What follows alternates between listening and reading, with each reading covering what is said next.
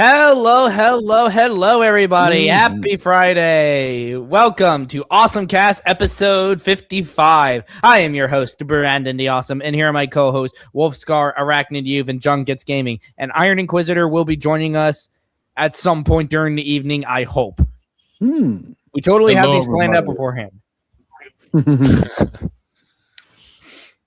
All right. Very interesting superhero heavy week we've had today. Haven't we? Yep. Supergirl came out. I heard it's doing worse than Superman 2025, and that was already a box office bomb. It honestly shocked me because even the usual people who would defend movies like that, even they're saying it's bad. Ooh. So they have to admit it's bad. It's really bad. Yeah, they've moved on from like, no, it's actually good, guys, to like, oh, here's why it failed, and it's totally not the movie quality's fault, but also it's like not the best, but also you should support it because whammon. But there was some good though. Gennady Tartakovsky is doing a Conan animated series. Yes, the GOAT returns. I can hardly wait. The GOAT. We got that going at least. We got that going, and we got an announcement for a Knightfall trilogy from DC. Let's hope James Gunn's not involved. I think I saw the trailer for that. It looks really good. Yeah, we're going to go over it tonight as well. You know, share it with the homies. Double A, yes. Welcome to the stream. The Gunn versus Dunn. Yeah, I bet when the Paramount Warner Brothers merger thing happens, Gunn's out of there. And with it, his crappy attempt at a universe. Thank God. Wild card. Welcome to the stream, man. I don't know what's stupider. The fact Absolute Batman, when faced with Joker, didn't ask questions of why me or why did I do to you, or the fact it's getting an animated series.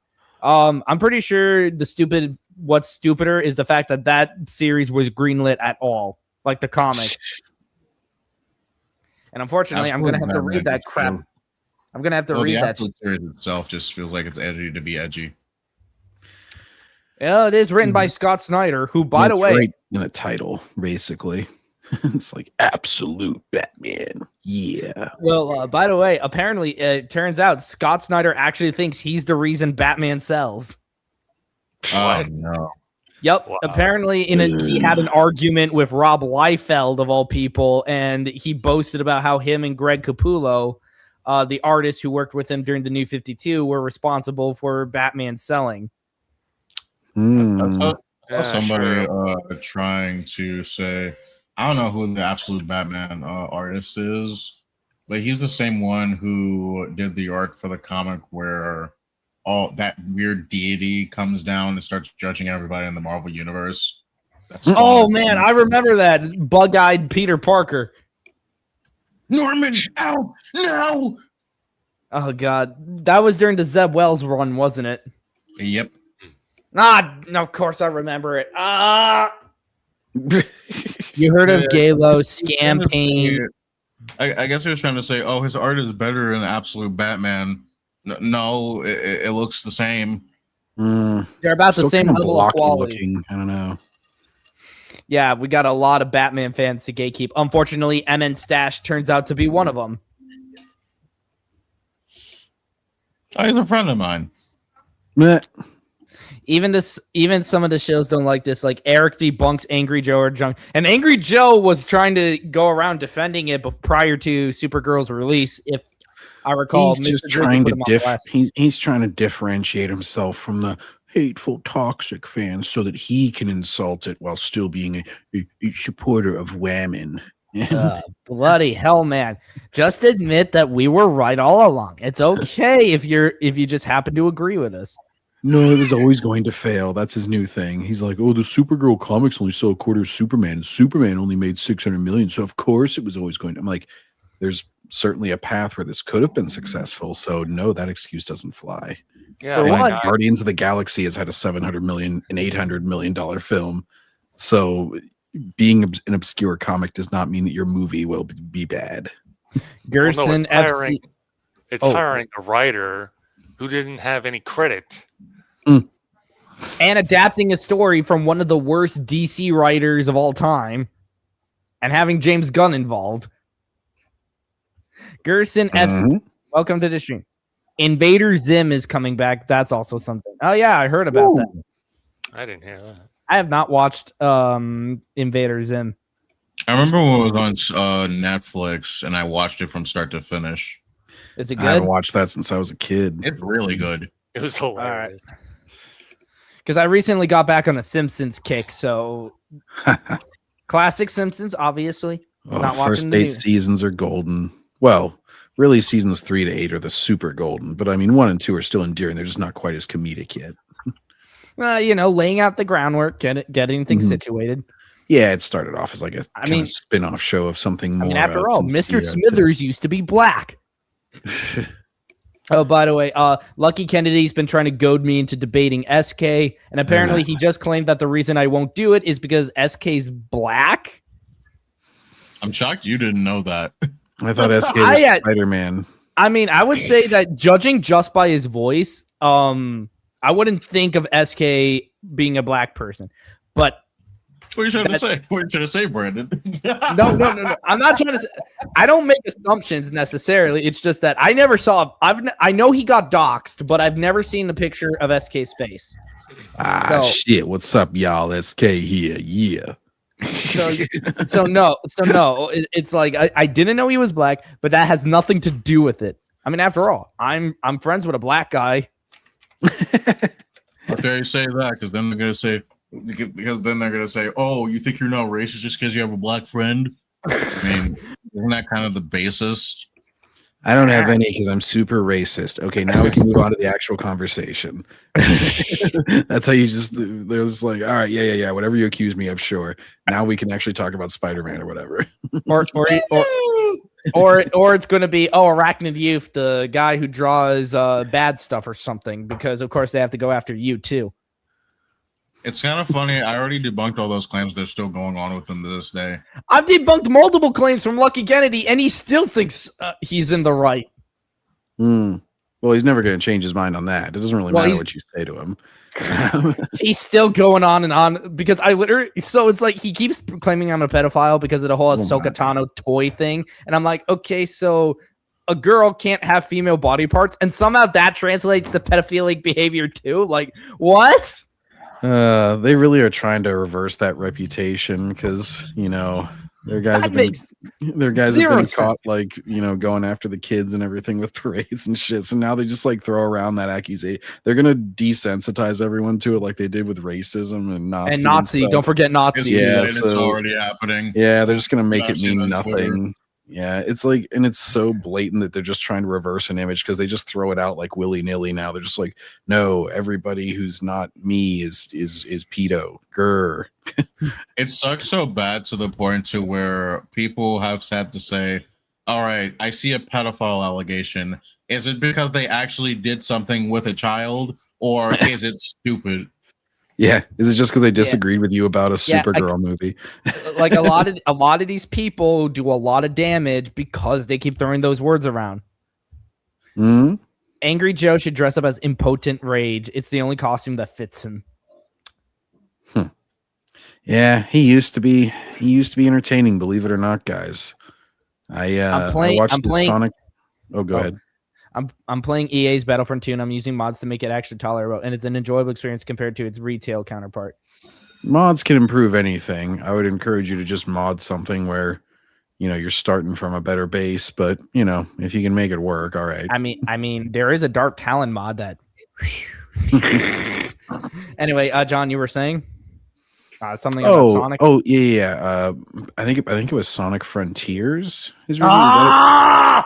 Well, no, he trashed on it. That's what I'm saying. It was actually one of his good reviews that I remember. I just remember one part. I forget what he's even like talking about, but because it's from like 2012 or something. A lot of these guys seem to fall off like right around the early YouTube guys seem to fall off like right around 2012, 2013. I guess that's when they ran out of ideas or something. But he's doing Sonic Frontiers, and he's just like, they took all of Sonic and they just wiped their fucking ass with it. I mean, they basically did. As somebody who has played part of the game before he got pissed and quit. and then got pissed again when after he looked up more of it online. God. It's a shame because he's got some early stuff where you're like, oh yeah, you're speaking my language here, man. Like this is good. Calling out these. I mean, to be fair, the whole channel awesome thing fell apart because a lot of them went nuts. Mm-hmm.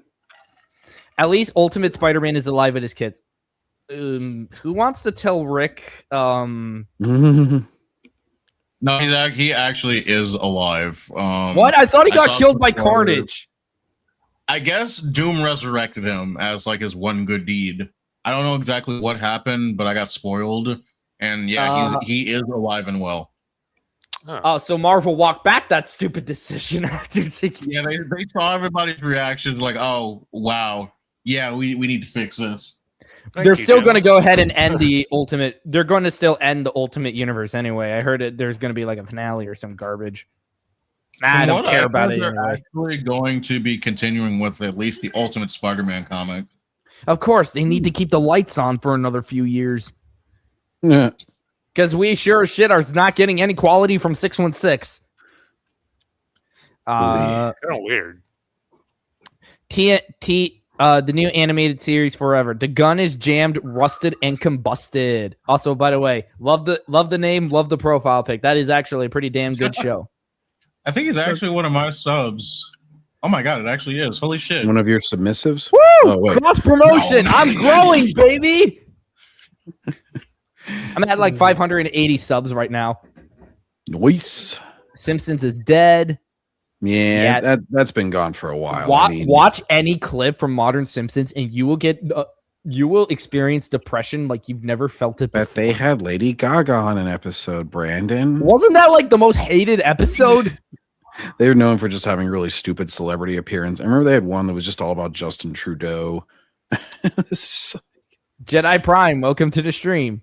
Chase Hedge, welcome to the stream. Oddball, welcome to the stream.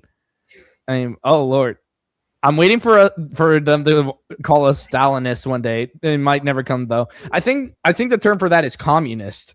I ain't no communist. I ain't no dirty commie. I'm as American as they get. I ain't no filthy fucking commie. None of us are damn commies. I can't speak for Wolfscar specifically. I don't know what region he lives in, but myself, Arachnid, and John here are damn Americans. Say that, fella. You got any red in your veins? Yeah. Well, I don't want to make any assumptions, Wolf. I'm full-blooded. All right. All four of us here are American. Now we just have to question Iron Inquisitor. I'm kidding. I am a real all right. Back to the founding of America. We're not about to have our own Red Scare. Okay. All right. Let's start with the first piece of news. PlayStation is deleting over 500 purchased movies from its customers' accounts. Includes films like Terminator 2, Rambo, Apocalypse Now, Hot Fuzz, and Moonlight. Comes after a licensing deal ended. This is why you don't buy shit digitally if you can avoid it. Actually, just let system mastered. It's because their licensing deals run out. They pay for license. This is why a lot of times you don't see games.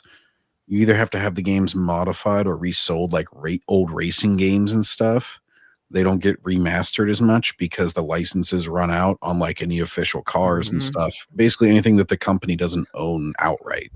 That's why Nintendo owns all their IP and they can just keep things unlimitedly.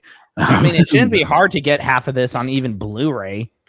Right. No, you can certainly get these hard copy. Yeah, because I don't have any DVDs or I don't have any movies or TV shows on PlayStation. I just pirate everything if I don't own physical copies of it. Well, like these are like billion-dollar companies. You think it would be easier for them to renew something like a fucking license to keep a movie, but apparently not. Mm-hmm. No, yeah. The only time that it really like is kind of out of their hands, I guess, is if like another company bids to like remove it from them. But I can't imagine that would happen here because like movies on PlayStation is kind of a. I don't think most people are going to buy their movies on Amazon. If they're going to buy them digitally, they're going to buy them on Amazon, YouTube, some like more common platform that plays on PlayStation anyway. I actually do own a couple of movies on YouTube.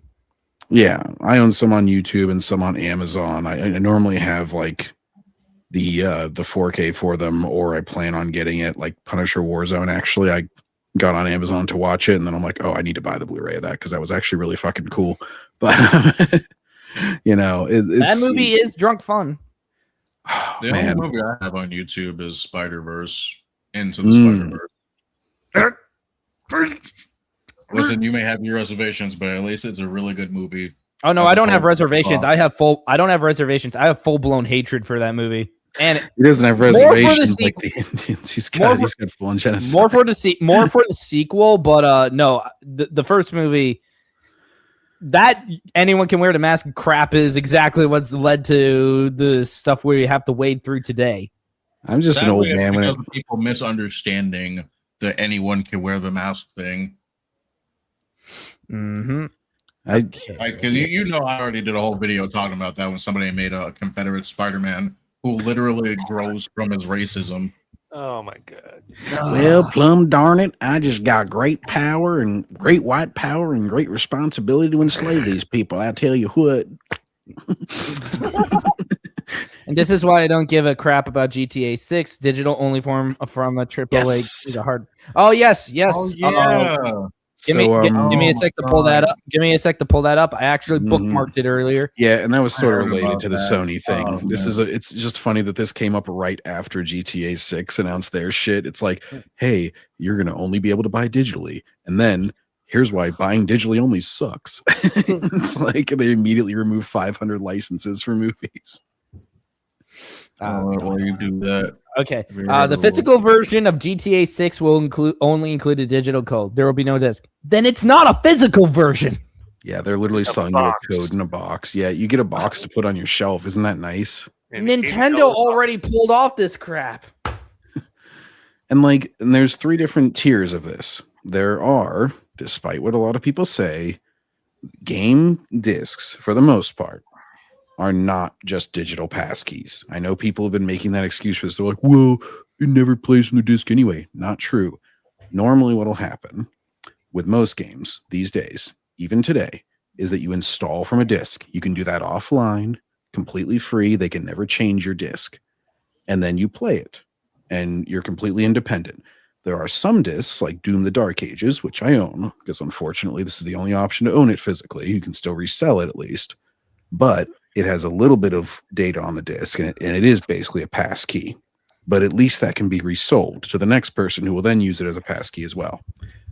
And then there's this crap where it's just no disc at all. It's just like a one-time use thing. Oh, sorry. People literally gave Nintendo shit recently because they have their whole key card thing, but now the key card isn't even like the full game. It's like a portion of the game, and you have to you need an internet connection to download the rest of it. Yes, so and that's the second I am option. so glad I'm on a Nintendo boycott. You can't even resell the game because if you buy the game and install it on your system, it's now only tied to that system. The key card will not work for anybody else. Oh, so that's even worse than what I was talking about as the second option, because there are a lot of games where it's like, yeah, we're going to require you to download even if you have the disc. Like I said, Doom, and then like Elder Scrolls 4 Remastered. I got the disc version of that. It like installed 20 gigabytes, I think, and then it downloaded like 100 gigabytes. So that's like, you still need the internet. That still sucks. That's still like a bad case scenario. But then there's like Stellar Blade, which I installed the 1.0 version and played it because they had changed some shit in a patch. And I was like, I don't want the patch. I just want to play it. And actually Elden Ring, I made a whole build and then they patched out or they nerfed it. And I was like, well, I don't want that. So I disconnected from the internet. The next time I played Elden Ring, I put in my disc and I was like, I'm going to platinum this. And I played with my broken build because I played the pre-patched version because I bought the game at launch and the disc was not updated. And so it was like, I got to start doing that. You know, there is value in owning the physical and of course the resale as well. And for people who are like, oh, you're going to resell GTA. Yeah. I sold the PS3 version of GTA 5. And I sold the PS4 version when I was done with the campaign again, and all the side quests and shit, and I got bored with it, and I was like, I don't really see myself revisiting this, and I never got the urge to because I have a backlog. And and then Red Dead Redemption 2, same thing. I played a lot of the shit. I really enjoyed it, but it was kind of like too simmy and like kind of like cumbersome to just pop in and enjoy. So, and I'm not into the online, so I'm just like, all right, I'm just gonna sell this now. And there's all these poor excuses. They're like, oh, it's gonna have leaks. Okay, GTA 5 had leaks. Did that hurt the sales at all? It's like the most successful game of all time. And that's why I don't like when some companies, people defend some companies that have leaks, like the whole PlayStation leak that happened like a couple years back. Like, oh, they canceled all this stuff and all this other things because the leaks happened. The leaks happened. No, it didn't. It happened way before that. And even if it was because of the leaks, that is a piss poor excuse to cancel something. Oh yeah, well that was their I think that. Are you referring to their like 2011 hack that happened on them? No, I'm talking about the whenever like the interview got leaked and yeah, like the interview, the North Korea movie, and a lot of their emails got leaked and all that shit. And then there was the Insomniac leak more recently. Yeah, the Insomniac leak. Okay. Yeah, and that one, like, people were like, oh, you shouldn't look at anything from it because it has... I'm like, no, it's very easy to sequitur. Yes, there is personal information. I'm not going to look at any of that. But I am going to look at their HR videos that they showed their employees that basically expose that a lot of this stuff that's been rumored as far as being shown to game companies is actually completely true. And they all get these sensitivity lectures to rewrite their games and shit. So those leaks were somewhat useful and other times very personal. And you shouldn't, obviously any of the ones with the personal information I wasn't going to spread. Well, yeah. Not even going to refer to, as far as like linking or anything. But, it's very easy to sequitur that and be like, no, I'm going to talk about this and not this. Yeah. Yeah. Okay. I would talk a lot about back on the topic of physical versus digital media. Like there's a difference between when video games were first came out and then the difference between back then and now. Everything's a lot more focused on the internet. A lot of it's more instant gratification. They don't do overnight releases anymore. Now you just have to pre-order at your computer, go to sleep, and just wait for it to actually download on your console. It's just nowhere near as fun anymore. Nope. Yeah. Well, they still offer physical and midnight releases. You certainly have the option to download if you want. But it's not as big as events as it used to be anymore. Yeah, no. Unfortunately, that's kind of consumer practices, and the companies push it a lot by doing shit like this. Like they'll probably release a physical version later, but they're very clearly pushing for one thing because it's more profitable for them, and they don't really give a shit about the social experience. I remember it was like Sonic Origins when that was coming out was digital only, and they released a physical version the following year. And then in the age of the internet, a lot of these companies these days are focusing more on relying on day one patches. Because back then, when you put out a game, that was it. If you didn't succeed, then good luck. Yeah, you can fix future versions, but like for later physical releases, because there were some that got like improved later on, and you would get like, oh, I need the glitched copy or whatever. I know this from like being a collector of old school games. And people would, but yeah, they did not patch it. It was always like, if you got the launch edition of some games, they were like super glitchy. Tony Hawk's Pro Skater 5, the game that pretty much will not work unless you have the day one patch. Because like 99% of the content is not there. And what's changed is a lot of companies have just gotten lazy about it, where they're just like, we can just day one patch it. And it's like, guys, you shouldn't be relying on that. That should be like if it happens, fortunately we have this option, but we should not be just like not caring about launch quality. Bro, then don't watch the leaks. But I don't watch leaks anymore because the last time I got into leaks and the rumor mill, I ended up being super overhyped for Sonic Frontiers. And now I hate that game with every fiber of my being. Have you ever heard of a Will Smith movie called Hancock? Because that was the movie that introduced me to Charlize Theron. Yeah, I've heard of it. Charlize Theron, yeah. It is a good... That's a fun movie. I mean, that kind of does the like drunken, down and out superhero without being with like but he's still saving people and everything. That's You know, pretty Give it 20 years. The Switch 2 will be a brick that you can't play because the online port was turned off. good. Maybe less Yeah. if companies realize they should switch back to physical. I don't think Physical's they where ever it's will at. because I can't remember if it was a CEO that said this, but basically they went, "You will own nothing and be happy." Yeah, I think that was Decrepit was. Ubisoft CEO. Ubisoft, I believe, referenced that where they're like, yeah, you don't really get to own your games anymore. And everybody was just like, well, all right, then we can pirate them because Yeah, we'll sell along that. Do line. what you want for a pirate is free. well, and if what's the saying? If buying isn't ownership, then piracy isn't stealing. Oh yeah, I literally shared that. Yeah, 'cause, Hey John, what was this link you sent me? So this is from Does It Play, who actually compiles statistically which games need day one patches to work correctly, which ones can be played completely offline. You'll see the little graph on the right. You can select your platform of choice or type in any game and get kind of data on them as far as how much online. Guess what's on the opening screen? Yeah, because like I was saying before, a lot of these companies nowadays they just over rely on the internets and doing launch day fixes, bug fixes. Like for example, Marvel Spider-Man 2. That game was a buggy fucking mess when it came out on its home console and later when it came out on PC. It was a horrific buggy mess. I actually did play Marvel Spider-Man 2 like the night it came out. So this is what's nice about this. They'll have like, does it have a day one patch? Yes or no.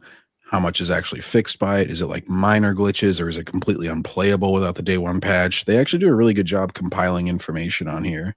And they got a lot of work left to do, but it's a really good, and they have the Twitter thing. It's the same thing. Does it play? And it's just a nice little quick reference. Yeah. Like Resident Evil 9. I played Resident Evil 9. I didn't really see any glitches or I forget if that had a day one patch or not. Yeah, I think I saw Arachnid stream a little bit of it. Same with John. You two have played it as far as I know. Yes, I've platinumed it. For them to release the story of DLC. I did. I enjoyed parts of it. I feel like it was a little bit back and forth tonally. It was like trying to do everything. It was like, oh, we're the actiony ones, but we're also the scary ones, but we're also old ones, but we're also new ones. It's just like it was a little bit of a smorgasbord tonally, but overall, I'd say like average, like 3 out of 5 kind of deal. Yeah, I fucking loved Resident Evil 9 because when on my first playthrough, the section where Grace actually scared the fuck out of me, which made me relieve going back through them as Leon. I'm like, yeah, fuck all of you.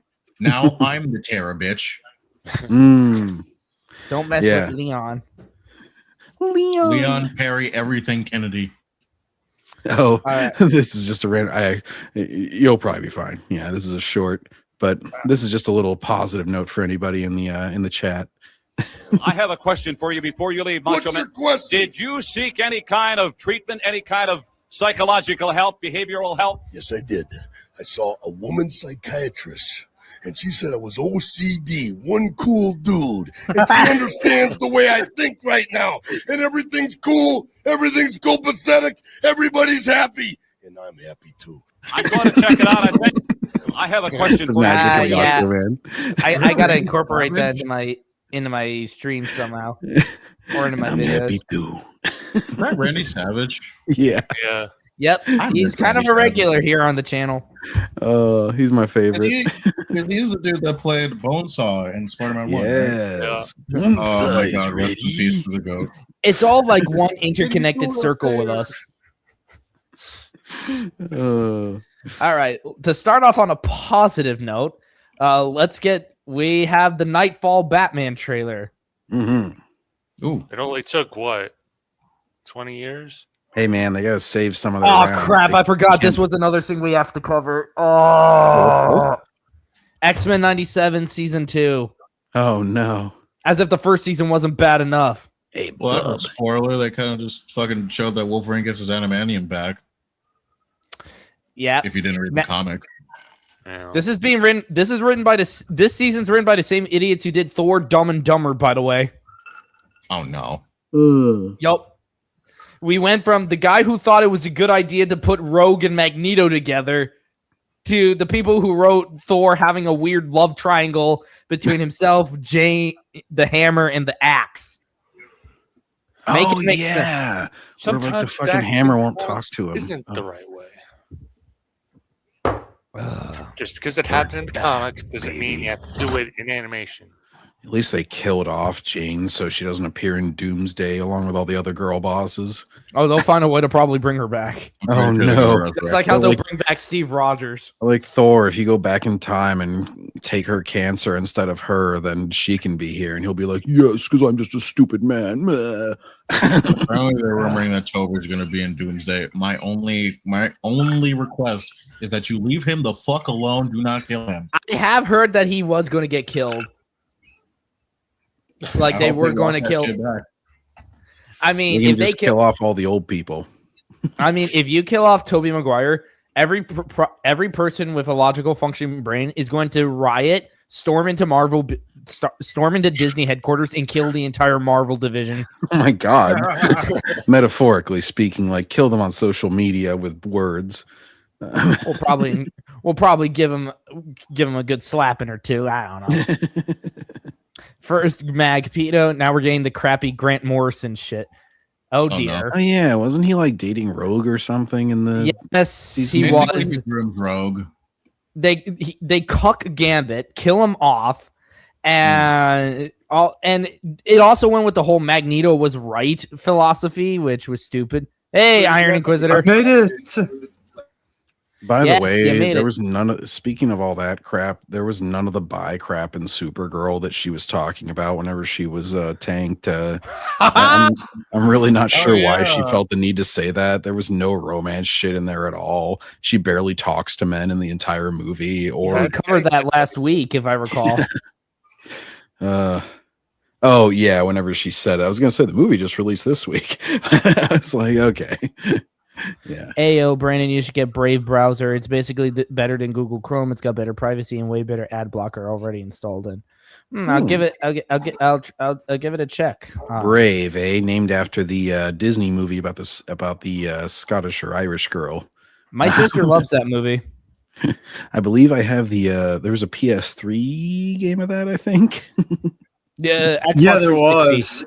There was an Xbox 360 game. Well, it was probably on both then. Movie license games usually just release for everything.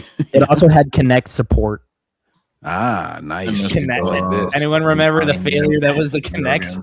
Dude, I remember even older. I remember iToy, which was Proto Kinect. That was on PS2. I only know of the iToy because there was a Sonic game for it. I remember the Toys R Us PS2 kiosk had that iToy thing, and I was like, whoa.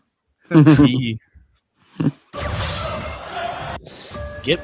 Gotham City needs. Oh, that was Rogue stealing Wolverine's powers, I'm guessing, is why she had energy claws? I think so. We'll get to it when we get to it, okay? Okay. Right now, let's focus on I'm the sorry, I forgot stuff. This is just an ad. We weren't supposed to be watching this yet. Whoops. By the way, if we're going with Grant Morrison, keep in mind, Grant Morrison's the kind of person who thinks Batman's a fascist. Oh, no. Didn't they, ask people that in an interview? They were like, why do you think Batman is a fascist? As, one of their questions for people coming to work at DC. No, it was G4. G4 was the one that was doing that. I guess I just thought, it would be somewhat relevant to the company, but I underestimated how stupid G4 was in their reboot. The question is, where does Batman advocate for corporatism and national syndicalism and class collaboration as economic policies? The National Socialist, he's like, the government should take over car production, Robin. He's like, Batman, what are you talking about? Batman has gone after corrupt officials in the past. I mean, I want state control of these corporate interests. I mean, does anyone not remember? And does anyone not remember Heart of Ice, where he was willing to convict Ferris Bueller? Ferris Bueller? Ferris Boyle, the guy running Goth Corp that was responsible for Mr. Freeze's transformation.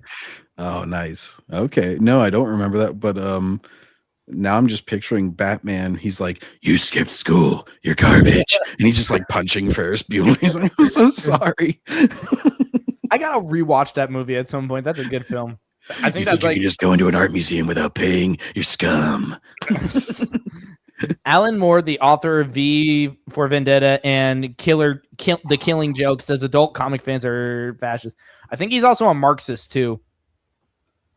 Damn. Oh God, not this idiot! Brainstorming. Supergirl wasn't a flop, and of course you hate Batman Nightfall before it comes out. Flop. First of all, buddy, I have not said a single negative thing about Batman Nightfall. I'm actually looking forward to it. Supergirl is in fact what? Yeah, I was about to say, if anything, you've actually been excited about Batman Nightfall. Yeah. I am. I really am. I do like 90% of my comics from the 90s of Batman are from Knightfall and NightQuest.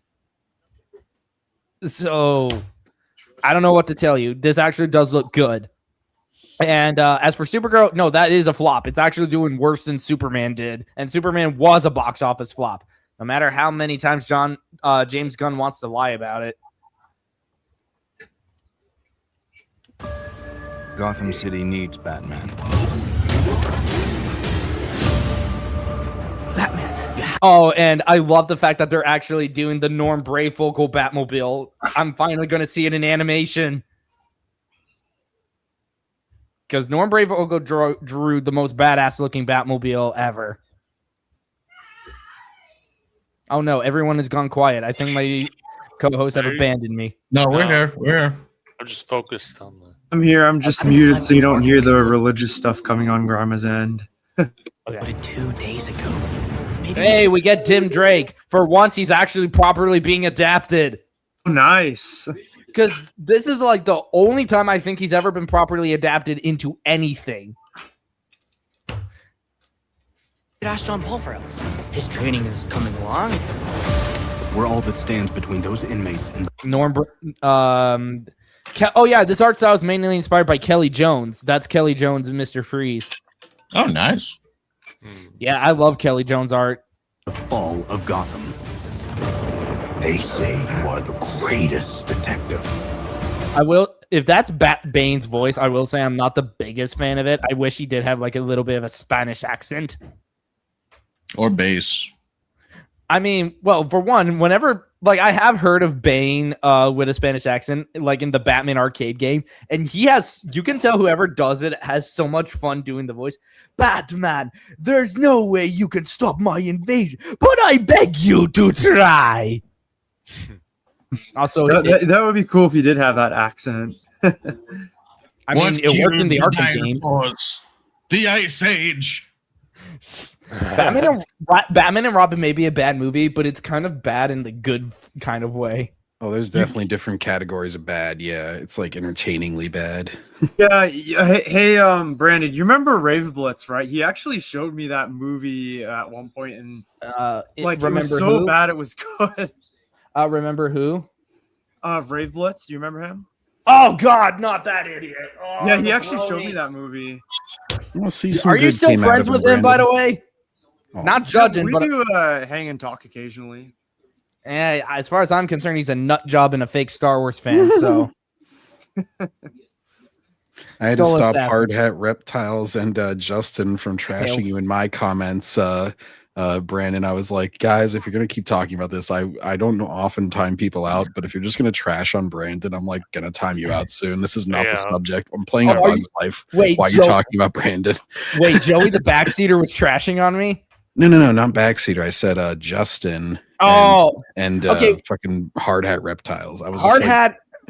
No offense, Hard Hat is he's weird. I'm not like friends with either of them, obviously, but I was just like, guys, I will let you chat in my stream. I am not restrictive about this, but like, if you're just gonna talk back and forth dissing on somebody that is like totally unrelated to what I'm playing right now, like, stop doing that. Yeah. By the way, Soul Assassin, welcome to the stream, my dude. Buenos diddly dias, Batman. Diddly dias, Batman. Dude, I got so many Spanish subtitles on my Supergirl copy. Buenos diddly dias, Batman. Bane is such a fun character. I love him. If anybody wants a well done Bane, play Arkham Origins. I know it's the one that gets trashed on because it's not made. Game. Dude, honestly, I don't think Arkham Origins is really trashed on that much anymore, especially after Suicide Squad. It wasn't released just because it wasn't made by Rocksteady. It was made by like the Montreal team or whatever. But it has gotten so much better in retrospect. For one Christmas game, we don't get many of those. And it's a Batman awesome Christmas game, and also just like awesome concept. Christmas Eve, 8 assassins out to kill Batman. A great Batman suit design. Oh yeah, and then what's his name now? Troy Baker as Joker. Amazing job. Even if he just does a Mark Hamill impression. But he does a good young Mark Hamill. He's not as gravelly. He's a little bit more youthful sounding. Oh yeah, so. And Roger Craig Smith does do a great Batman himself. I want to see Roger Craig Smith more Batman. Yeah, Roger Craig Smith needs to do more Batman, and I would say he's a decent Sonic voice. He just needs a really good script to work with. But yeah, did you see his work for Arkham Shadow? I've seen like maybe a handful of maybe a few segments of that game, but I've never seen it in full. The ending scene with Harvey Dent is so fucking good. Okay, I'll have to give it a watch at some point because I was a little hesitant after what happened with Suicide Squad. Azrael is apparently voiced by the guy who was Master Chief in the Paramount series from what No! Oh no. Master Cheeks, you mean? Can't be that bad. I mean, we'll have to wait and see. I think I did hear some from the trailer. He's actually pretty good, from what I could tell. Nah, he wasn't good as Master Chief. We all know that, considering how much of a dumpster fire that show was. It's Master Cheeks. Oh no! Look at his ass. Look at it. Look at it. Look at it. Of course, I'm weird. No Norm is going to own snakes. Snakes. Why did it have to be snakes? Snake, you need to press the X button. Okay, Otacon. Actually, speaking of which, I did see Raiders of the Lost Ark on Wednesday, and I loved it. Oh, nice. Yes, it's a good movie. I loved it. I can't wait to see the other 3. Yes, 3. Kingdom of the Crystal Skulls, an Indiana Jones movie. Damn it! At least that movie had the sense. Come on, wait until you see it. But yeah, I mean, at least it gave Indy a happy ending. The next one had to undo that. There was no next one. That was the last Indiana Jones adventure. The Dial of Dysentery with a senile old man who thinks he's Indiana Jones. Dial of Diarrhea. That's what my favorite name for it. But yeah, great movie. Also, real quick, did you guys know that George Lucas is in the new Minions movie? I thought he just wanted to be in it. I didn't know he already was in it. Something like that. He voices himself. Apparently, George himself is going to be in the movie, which now means I am contractually obligated to watch it. All right. I mean, you can probably see that in a clip. It's okay. I doubt he's going to be a significant role. Imagine. Yeah, apparently George loves the Minions, so that's why. Yeah, I like how they say banana. Yeah. It reminds me of whenever I bought my latest flannel, and I said banana to the cashier, and I said it's like poetry. It rhymes. Hey, George is allowed to like what he likes. I mean, we all know. I agree. George, enjoy yourself. He has a great taste in women. We know that. Oh my. Yeah, he likes the midriffs too. He's like, Ayla Sakura, show a little bit more midriff there. Yeah. I mean, I know you're just going to show off my clones, but just show off your titties. There are only 3 Indiana Jones movies. Crystal Kingdom Skull doesn't. Ooh.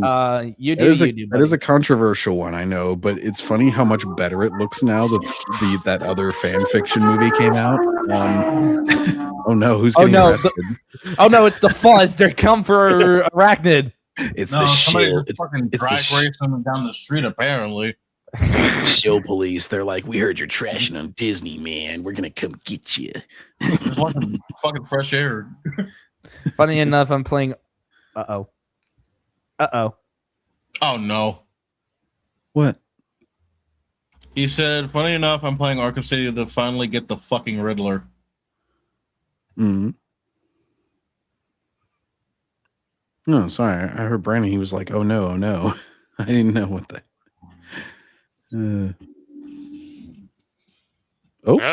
Oh no, he disconnected. They got him. Oh shit, where'd he go? Yeah, he must have had some internet issues. Quickly, while he's gone, burn the place down. I'm kidding. It was oh no, guys. I think I see someone coming for him. It's hello there. This is Dave Filoni. And all right, I'm back. Curtis, he's back. This Brandon guy. I don't know what happened. My screen Dave froze. Filoni is invaded. he's trashing my work, and I don't appreciate it. I'm gonna shut down his internet. Yeah, I'm fine. Everything's fine. I had a small scare, but we're good. We're fine. Brandon Everything's saw fine. a spider and he smashed his keyboard whenever it was on there. And so he just stomped it like Stone Cold in the corner. He's just like, die. What am I, Garfield? And yet you did not see this coming. You'll never see me. I intend to break you. Then give it your best shot. They're using the Batman voice from the Injustice movie, I heard. That's like a good mix of it's gravelly, but it's not like Christian Bale, comical gravelly. I'm not wearing hockey pads. Batman. I cannot take Christian Bale seriously at all. The funny thing is, though, people like to lump that whole trilogy into one. I think in Batman Begins, he's much less crazy about it. He's like, he puts like a little bit of gravel in there, but he's still intelligible. And then towards the end of Dark Knight, he starts to get like kind of ridiculous. And then in Dark Knight Rises, he's just silly. I guess it's because he knew that the movie wasn't great. Yeah, I agree. Yeah. But Dark Knight Rises did have one of the funniest death scenes in all of history with Talia. Which, by the way, Rose Tico perfectly emulates. I've always compared those two because whenever she kisses Finn, and then she's like, by saving the ones we love. So this is the exact same scene. Right. With Ray. In The Rise of Palpatine. Let chaos reign in Gotham. We have to help Batman. Suit up. Oh, it's Aquaman. Also, I do like the fact they're giving him like the little spikes on the cape here. There you go. Well, that's a gritty new look for the Dark Knight. Not crazy about that Joker voice. Something else. I think it's too like. I think it's too like. I'm Joker. Yeah. At least it's not. At least it's not doing a crappy Heath Ledger impression. That's true. It's tough to not emulate somebody at this point with the Joker just because there's been so many iterations. Like if you're completely goofy, you're Cesar Romero / Jack Nicholson. If you're like too edgy, if you're too edgy, you're Heath Ledger. And then if you're like too like gravelly, then you're like Mark Hamill. And so it's there's getting to be a more and more finite time where it's like, okay, I'm not going to judge you too harshly for kind of sounding similar just because there's been a lot of iterations. What's going on out there? I will say they also put Riddler back in his classic spandex outfit, which been a hot minute since I've seen that. There's Azrael. There's our boy. Our boy. He hasn't been in Batman comics for a hot minute either, as far as I'm aware. I remember Arkham City did him great, where you would notice like the silhouette of him on a rooftop, and you'd like go to get him, and he'd give you like a little message and then disappear. Did you know he's actually visible in the opening sequence of the game when you're going into Arkham City? Oh, I did not know. He's actually standing atop a rooftop watching you as you enter. Cool. That's cool. Yeah, because you see Black Mask getting attacked by guards, you see Deadshot, and then you see Azrael standing atop a rooftop. Nobody wants to imitate Jared Leto's Joker. Not if you want to be successful.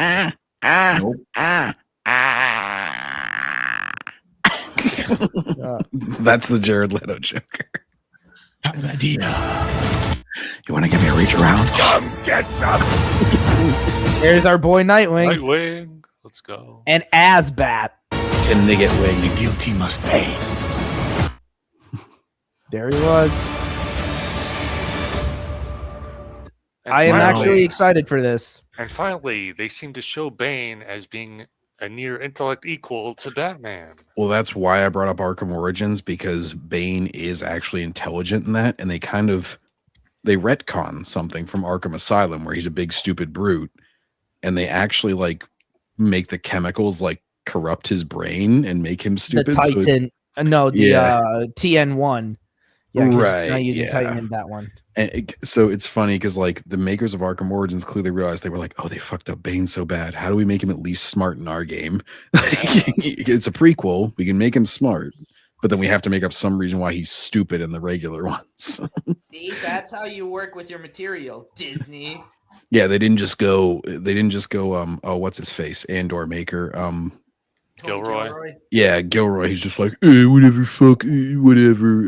That didn't happen. It's just like, well, dude, you're working in a continuity. I know it's Disney. I'm tempted to throw it all out too, but if you're gonna take a paycheck from them, you got to work in their continuity.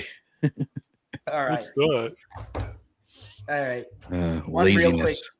Okay, one quick real detour over to the Marvel side of things because I'm scared. I'm scared. We braved the storm as a group of 5. The X-Men 97 season 2 trailer.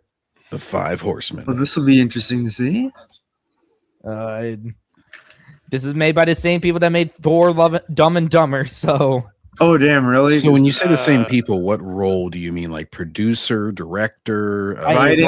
What did they do, man? Oh, they did writing. Writer they did very writing. Important because Paul Dini wrote one series. Yes, I don't know too much about the newer version. No, I heard because after Beau DeMayo went completely nuts and got fired from Disney. Yep. Because he was like the writer and showrunner for this shindig. They got the people who did Thor: Dumb and Dumber for it. I mean, granted, Beau DeMayo already had enough problems because it was like, well, Rogue and Magneto. And I forget, was he following the comics with that, or was that something he made up? It was that wasn't that's been in the comics. That was like the early 2000s. That was like back when Marvel was starting to die. Yeah. Because that's when they introduced spider totems, and I am not okay with that, Marvel.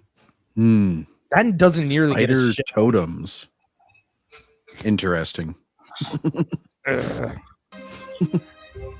It's hard to believe. Oh God, her voice. I don't know. I've never, and I didn't check out season 1. Maybe it improves, but I didn't like the animation. Like it's that weird like Archer type animation where it's like we're trying to look 2D, but we're also very clearly CG. It does look a little strange. But Rogue's voice actress.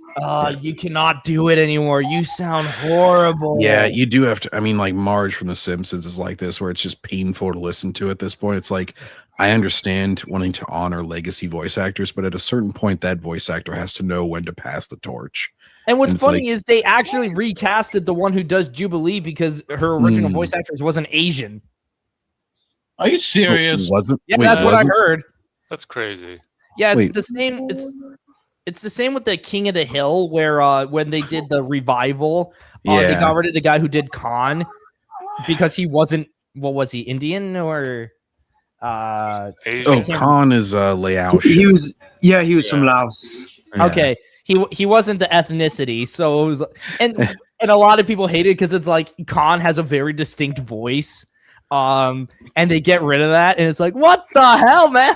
Or when they got rid of Apu from The Simpsons. Yep, Frank Azaria, I believe.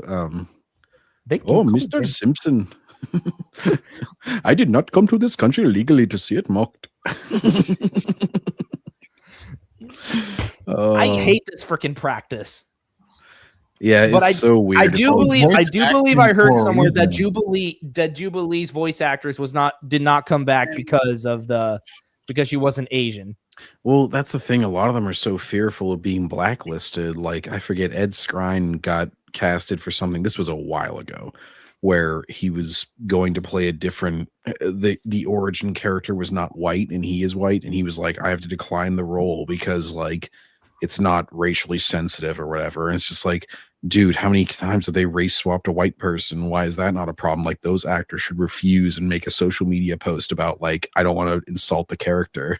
Didn't they make Cyclops a cuck in that series? I'm not quite sure. I do know there was something with Madeline Pryor. That's all I know. It was I can't remember, but it was this whole thing. Sukuna. Hey John, Cyclops voice actor is the same guy who voices Sukuna. I have no idea what that is. I don't know who Sukuna is. It's not coming to mind immediately. It's probably something that I've played. Sukuna? Only Idris Elba did the only thing that no, that's Sukuna. No, that's the fucking streamer. A streamer gets voiced. That would be funny. It's like, I voice Asmongold. Oh no. What's not waiting? Oh yeah, Gambit's still dead. For now. Oops. For me. I mean, it's comics. We can always assume that the characters are going to eventually revive. Yeah. Only for us to desecrate them some more. What was it? Robot Chicken had that skit where they were like superhero funerals. Yeah. And they're going there like, we all know he's going to come back. Come on. Oh, and Arachnid Youth. I don't know if you noticed, but did you know that Spider-Man apparently was successful in finding MJ? Yeah. They just spoil it. Yeah, and then the fucking comic happened, which was fucking mediocre. Oh God, I started reading that. The art was so terrible. You know, it's a good clip that a lot of people don't use towards the end, but by then it's too fucking late. Like, well, it's a funny clip just because you use the word.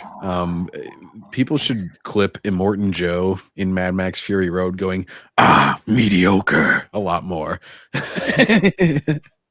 Alba denied being the next Bond because it would make it woke. Yes, he said, don't make it woke. Based. Dude, there's a couple like Denzel Washington. A lot of times they'll start, because press always tries to bait these actors into saying something stupid. They're like, oh, what do you think about being the first black, blah, blah, blah, blah, blah. And I'll just be like, well, I like to be known as just an actor. And he'll like shut that shit down. Yeah, I remember there was like when they did the I'm trying to think. Oh. Yeah, when Tom Cruise was doing promotional material for the latest Mission Impossible, and he was asked like how the Trump tariffs were going to affect the movie, it was like, we would just like to talk about the movie. Yeah, it's very easy. And I always give it credit because like a Denzel Washington or an Idris Elba could easily score some points in Hollywood and like probably get a lot. They get a ton of roles anyway, but like they could easily just like virtue signal into it and like get all in the good graces of everybody. And so whenever they hold that power where they have the potential to do that and they say no, I always give it extra credit because it's like, oh, thank God, like you're shutting that shit down and just like kind of checking. And I'm hoping that it makes the reporter think twice before asking that again. It probably won't. But it's like, all right, even the black guy doesn't want to, play into this and use this as his card, because very often that's a sign that you don't have the skill to survive on your merits. And so whenever you deny it, I usually think, oh, maybe your performance is actually good because you didn't need to rely on that crutch. Sukuna from Jujutsu Kaisen is who I'm talking about, John. Okay. I haven't actually watched that. The only thing I've watched for Jujutsu Kaisen is a prequel movie that released in theaters. It was like Jujutsu Kaisen 0. And so I was like, well, it's a prequel. It's first chronologically. Maybe I'll watch that as like and it was cool. I just haven't gotten around to the series yet. Someone I lost. Someone special. Rogue, we feel nothing for you because you're the one who you did this to yourself. Oh, come on, sugar. That doesn't work on me no more. Look at my ass in that one Apocalypse episode. Don't tempt me. Don't tempt me, Frodo. If you cuck one of my favorite X-Men members, no. You get no sympathy from me. Wolverine's in a polycule with Jean and Cyclops. Oh God, I remember that article. Oh, apparently Cyclops spends more time with Wolverine. Oh no. They hate each other. No, don't you know that if two characters hate each other, that means they're really flirting with each other, man? If they're two men, at least, yeah. I saw somebody do that with Megatron and Starscream as a joke. Dude, very often it's not. It's like, Wait, really? First of all, if two men even smile at each other, they're obviously gay. But then, even if they hate each other, they're obviously gay and fighting it. And it's like, well, what the fuck can they do and not be gay at this point? They kill one of another. Yeah, I guess. No, they're just necrophilic and gay. I remember. I actually do remember there was a rumor floating around that because they made Black Cat bi, it was going to be herself, MJ, and Peter in like a polyamorous relationship too. Good fucking Lord, no. Why do they want to normalize polyamorous relationships so much? It's like, oh, Cyclops will watch from the cuck chair as Wolverine does animal rage on Jean.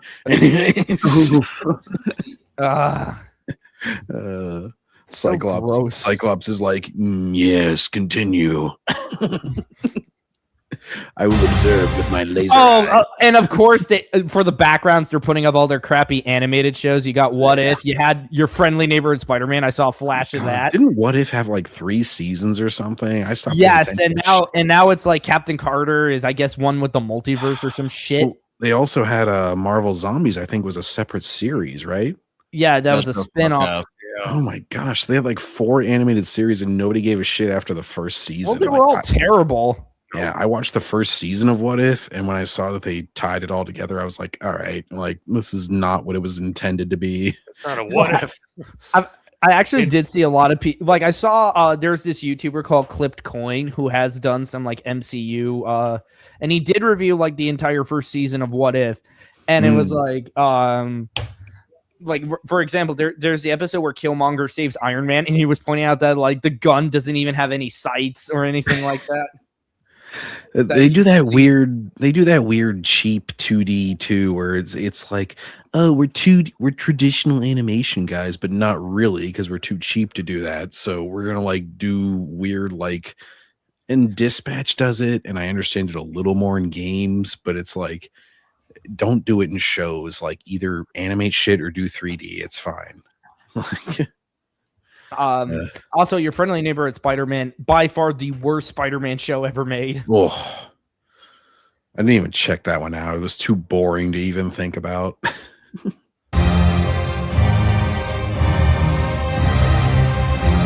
X-Men are scattered through time.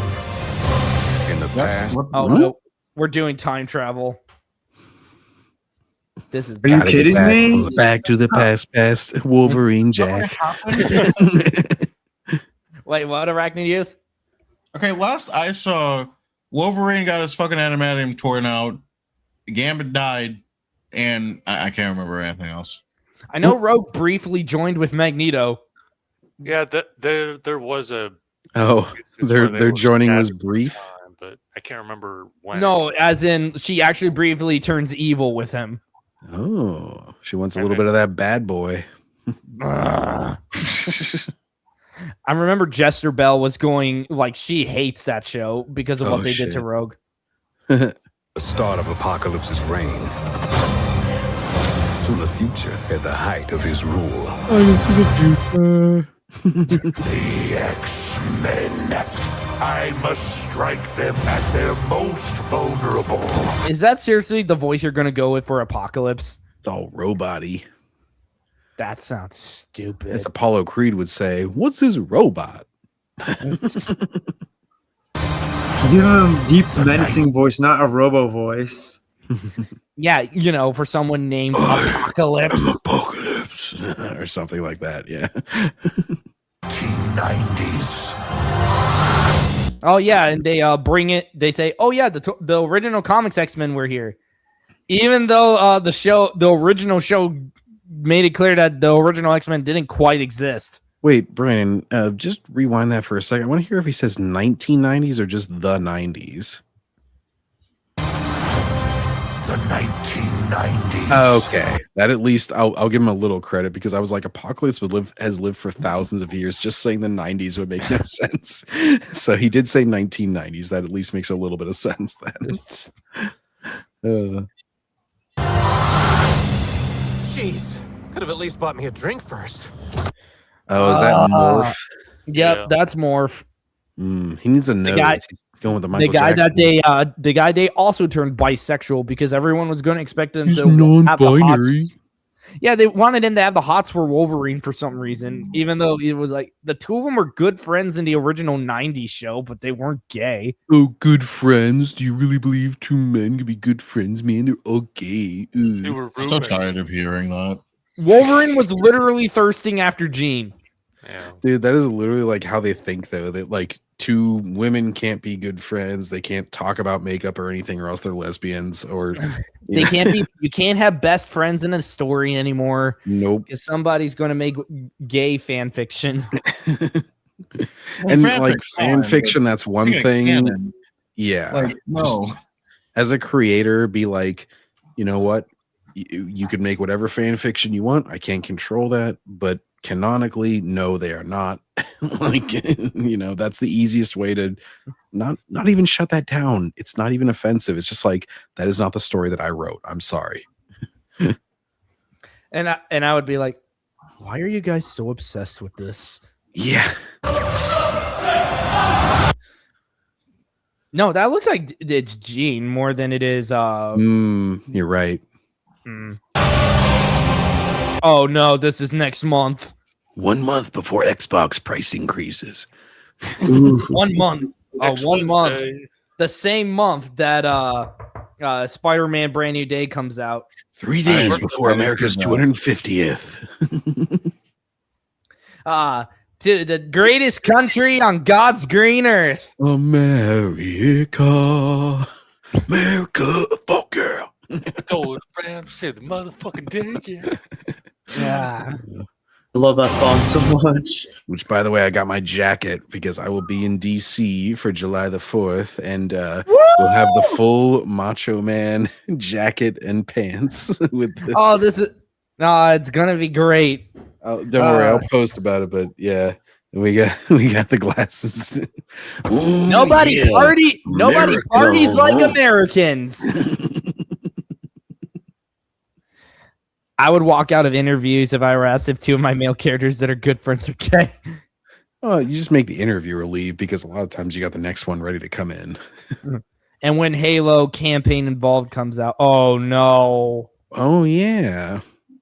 Disaster. I heard that has bisexual lighting in the sky. No, I'm joking about that one. I think Oh, yeah, Smash I is remember Oh seeing yeah, that. I remember What somebody. I think it was Decrepit was telling the guy, "Okay, I think you're stretching." Yeah, buddy." Smash JT was like, "Look, there's purple in the sky," and I'm like, "Dude, the rainbow people are gonna take every color if you let them. Like, don't be too paranoid about it." Like, That Jubilee has purple.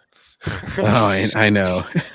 Like, it's a little bit ridiculous. It's like, and it's kind of like playing into their hand where they're like trying to claim every single color. That's why it's a rainbow. Don't give them any ground. They don't It's deserve like, it. No, this is totally unrelated. It's not relevant. Like, it's not and the thing is, like, what would that even accomplish? If people like purple, they're not going to suddenly turn bi. Like, My little sister certainly isn't. yeah. That you know of. Purple is the color of royalty. Mhm. Yes, 1990s Catwoman. I remember. Well, that's actually true because, yeah, it was more expensive. You couldn't get the dyes unless you were like a rich person back in the day. And so purple was a lot harder to make. Right. And so, yeah, it was royalty. I only know of that line because I saw Catwoman say it from a 90s comic. Well, you know, she has rich taste. She knows her shit. Yeah, but now they make her wear black leather all the time. Look, I'm not going to judge if you're into that kind of thing. I'm just saying I prefer the purple.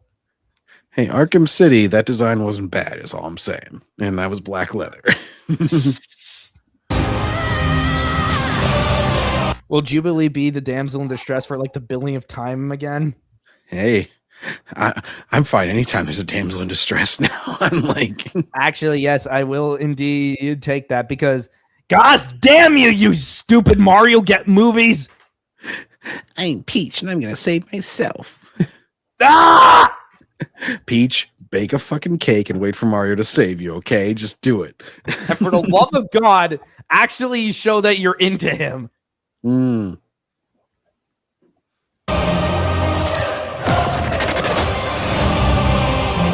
Oh no, Nightcrawler's going to be in this. Remember, they don't like Nightcrawler. Because he's Catholic. Yes. Because I remember in some of the newer comics they removed like the Christian aspect completely. Oh, I know it was like he got retconned to being the son of a demon. Then it was, I forget what the second retcon was, but then it was like he's the son of two lesbians. What? And what did they scissor me timbers him into existence? It was Destiny and Mystique, apparently. Oh, that's right. I remember hearing about this when it happened. I remember seeing an infamous panel where they were drawing like when he was coming out, and the woman isn't even in the right position. She's like, she's on her hands and knees, and I'm like, what? What is she pooping him out? Oh, it was so terrible. This is how immature these writers are. They haven't even had the birds and the bees talk, so they're just like, oh, I don't know. I think babies come from the butt or something. I don't know. I remember that was like I think around the same time that they, for some reason, I guess Nightcrawler is Spider-Man now. Yeah, I have that action figure. My girlfriend wanted it. I don't get why. Because shit, I can't remember. It was something about a huge mutant thing happened, and at some point Peter's got to sue everyone for stealing his name. Well, he wasn't called Spider-Man. He was called Hellcrawler. Wait, when I get back from my July 4th weekend, I'm playing the goddamn Spider-Man PS1 game to remind everybody how married Spider-Man looks. Yeah. Wait. Did you say his name was Wallcrawler? No, Hellcrawler. Oh, Hellcrawler. That's still kind of stupid. I think Wallcrawler will work better. But yeah, Brandon, that just reminded me. I forgot to respond to your message about downloading PS1 Spider-Man. Get the Dreamcast emulator, Flycast. Okay, I'll try because I'm trying. I kind of got it running, but it wasn't responding to the Xbox controller I plugged in. Damn, I'm not too good playing keyboard 3D games. I still got to get my Dreamcast, the controller board on it, fixed. Hey, you know that the reason that your Xbox controller won't work is because Xbox was like putting Dreamcast out of business there, so they don't like them. Yeah. But yeah, I was wondering if you got my message on that because I am trying to play the game any way I can. Time to play the game. And at some point, I want to play Web of Shadows. I really got to finish the Dreamcast game.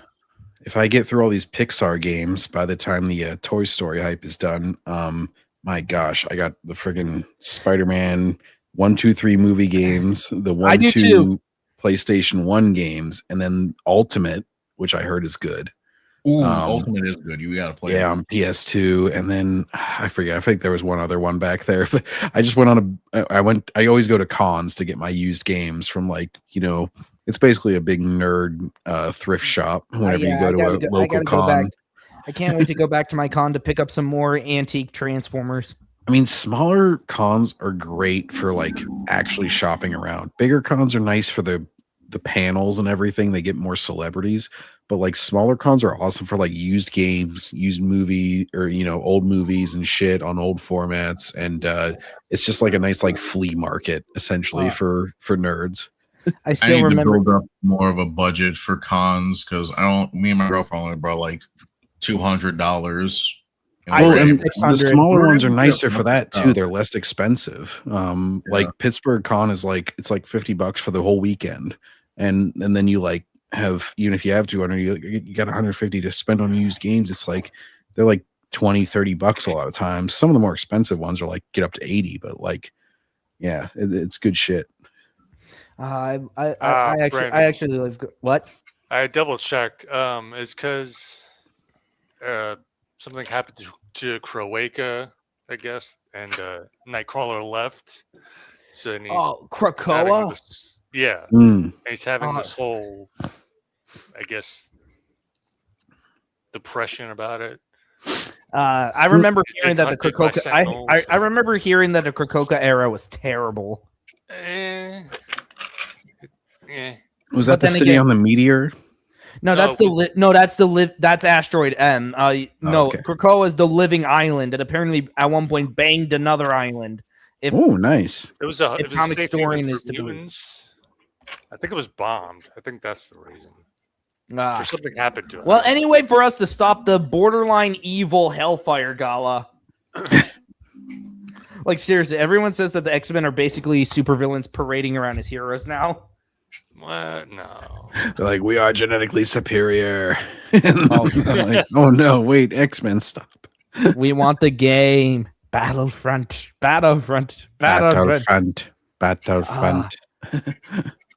Andrew, you gotta stop it. Cannibal the Dragon, welcome to the stream. Xbox only allowed their controllers now. I bought an Xbox One controller and it says they won't allow you to use that controller after 6/21/26.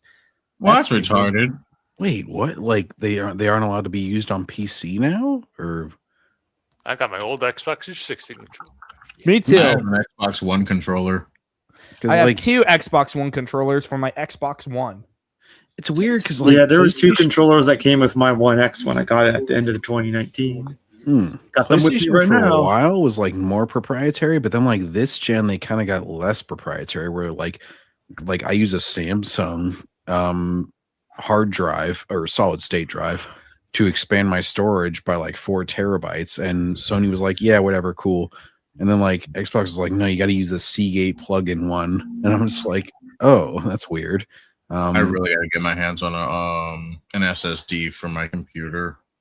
Quite a few of my games don't work correctly anymore because my dumbass got a HDD because I didn't know the difference. Oh, yeah. My PC got fried when I was trying to torrent Spider-Man 2, so I had to hurry up and get a new storage thing, or else nothing would work, period.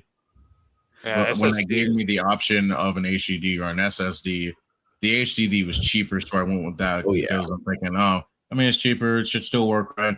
Nope. Half of my games do not work properly anymore. Well, that's the thing. Like, console kind of moves the baseline. So, like, once the consoles both went to SSD, it was like, oh, the HDD's days are numbered. Like, I have an HDD in my PS3. I expanded its storage because I wanted to be able to store all the classic games on the store from in there. But then it was like, oh shit, yeah, a lot of PC games ever since like 2020, I guess, was whenever 9th gen came out. It's like a lot of them have moved on from that now. Excuse me. Yep. All right. We gotta get the X-Men back. That was the most interesting animation I have ever seen. Well, they also kind of like mixed up their audio. Like they overruled his speech with like the next whoa. We gotta get the X-Men back. He's like back, and then they just immediately cut him off. Back to the future. To the 90s. You fight a battle that cannot be won. Yeah, that's like low frame rate shit. That might have just been the stream, but like it looked like the fire was like super like choppy looking. Against the dawn of an age that cannot be stopped. What, the age of crappy superhero material? We've been in it for almost a near decade now. The age of Ultron. Wait, no, Ultron. I mean, you said Arachnid Youth? Yeah, I said the age of Ultron. Oh no. I think that wasn't even a good book. That's another event. That was another terrible movie. Josh Whedon definitely hey, yeah. You know what? Perhaps I treated it too harshly because after like Endgame and some of the post Endgame stuff, I'm like, you know what, Age of Ultron, you weren't so horrible. You were a little cliche and repeat, but outside of the Scarlett Johansson, Mark Ruffalo stuff, obviously. Yeah, that was a weird relationship. Age of Ultron. It's like its biggest sin though was just killing off Ultron. Like he's literally like somebody who's designed to come back over and over again. And it was a lot of setup. It was a lot of setup for future stuff where it was like, you know, Thor has to go to the cave to get his preview for Infinity War, and you know, it was a lot of that weird like diversions. But it did have a lot of cool stuff. The Hulk versus Hulkbuster, the 3 beams on Ultron at the end where they were all combining, and then Hulk does the big punch, you know. And the Avengers were super concerned about saving citizens. I mean, all right. Remember when superheroes were good people? This isn't just about us. As superheroes are supposed to be good people. Yeah. Now we have to have the edgy subversion because it's edgy. Yep. It's about everyone we've lost. Jubilee, what did you do to your hair? You look awful. What the fuck did they do? I have no idea. From the beginning of time to the reach. Oh, of course we're gonna get a Deadpool cameo. I saw it for like a split second. To be fair, I don't think they're gonna do There he is. I don't think they're gonna do wild Ryan Reynolds Deadpool because he first showed up in an X-Men comic, right? Deadpool? Yes, I do believe he did. Yeah, so I don't think they're gonna do like the new the current version of him. I think they actually might do him correctly. I actually do remember he actually did have cameos in the original show too. He never actually showed up though. But he was like linked to Wolverine's past. To the reaches of tomorrow. We stand together right here, right now. I believe in the X-Men. What? Who was Nightcrawler fighting? Here, right now. I couldn't catch it. Angel. This Archangel. Who the fuck is that? I have no idea. Apparently someone said Archangel. No, Archangel was somebody who was shown earlier, but who the fuck is that? I have no idea. Who the fuck is that? Dad? Is that his dad? Deadpool's first appearance was in New Mutants 99, I believe. Azazel or whatever his name is. Yeah. I believe in the X-Men.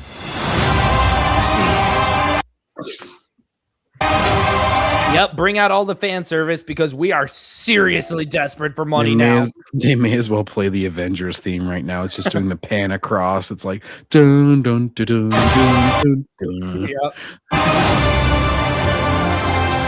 We're still not done desecrating this series. Now they do weekly releases, right? That's so weird. Screw you for trying to replicate the Frank Miller cover. Look at my eyebrows. Yeah. No, I think it was the Jim Lee cover because and Frank Miller was the one on writing duty.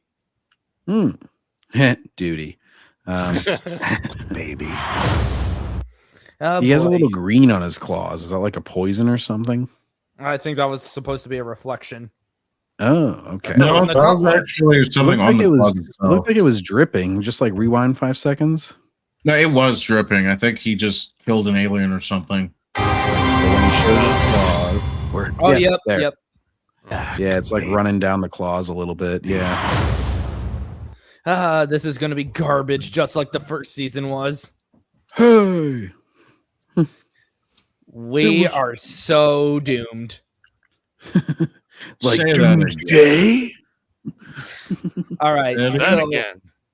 So before we get to the next trailer, there's a little something I gotta bring up real quick for discussion, because if you thought DC was running into multiple problems before, you ain't seen shit yet. What is it? Okay, let me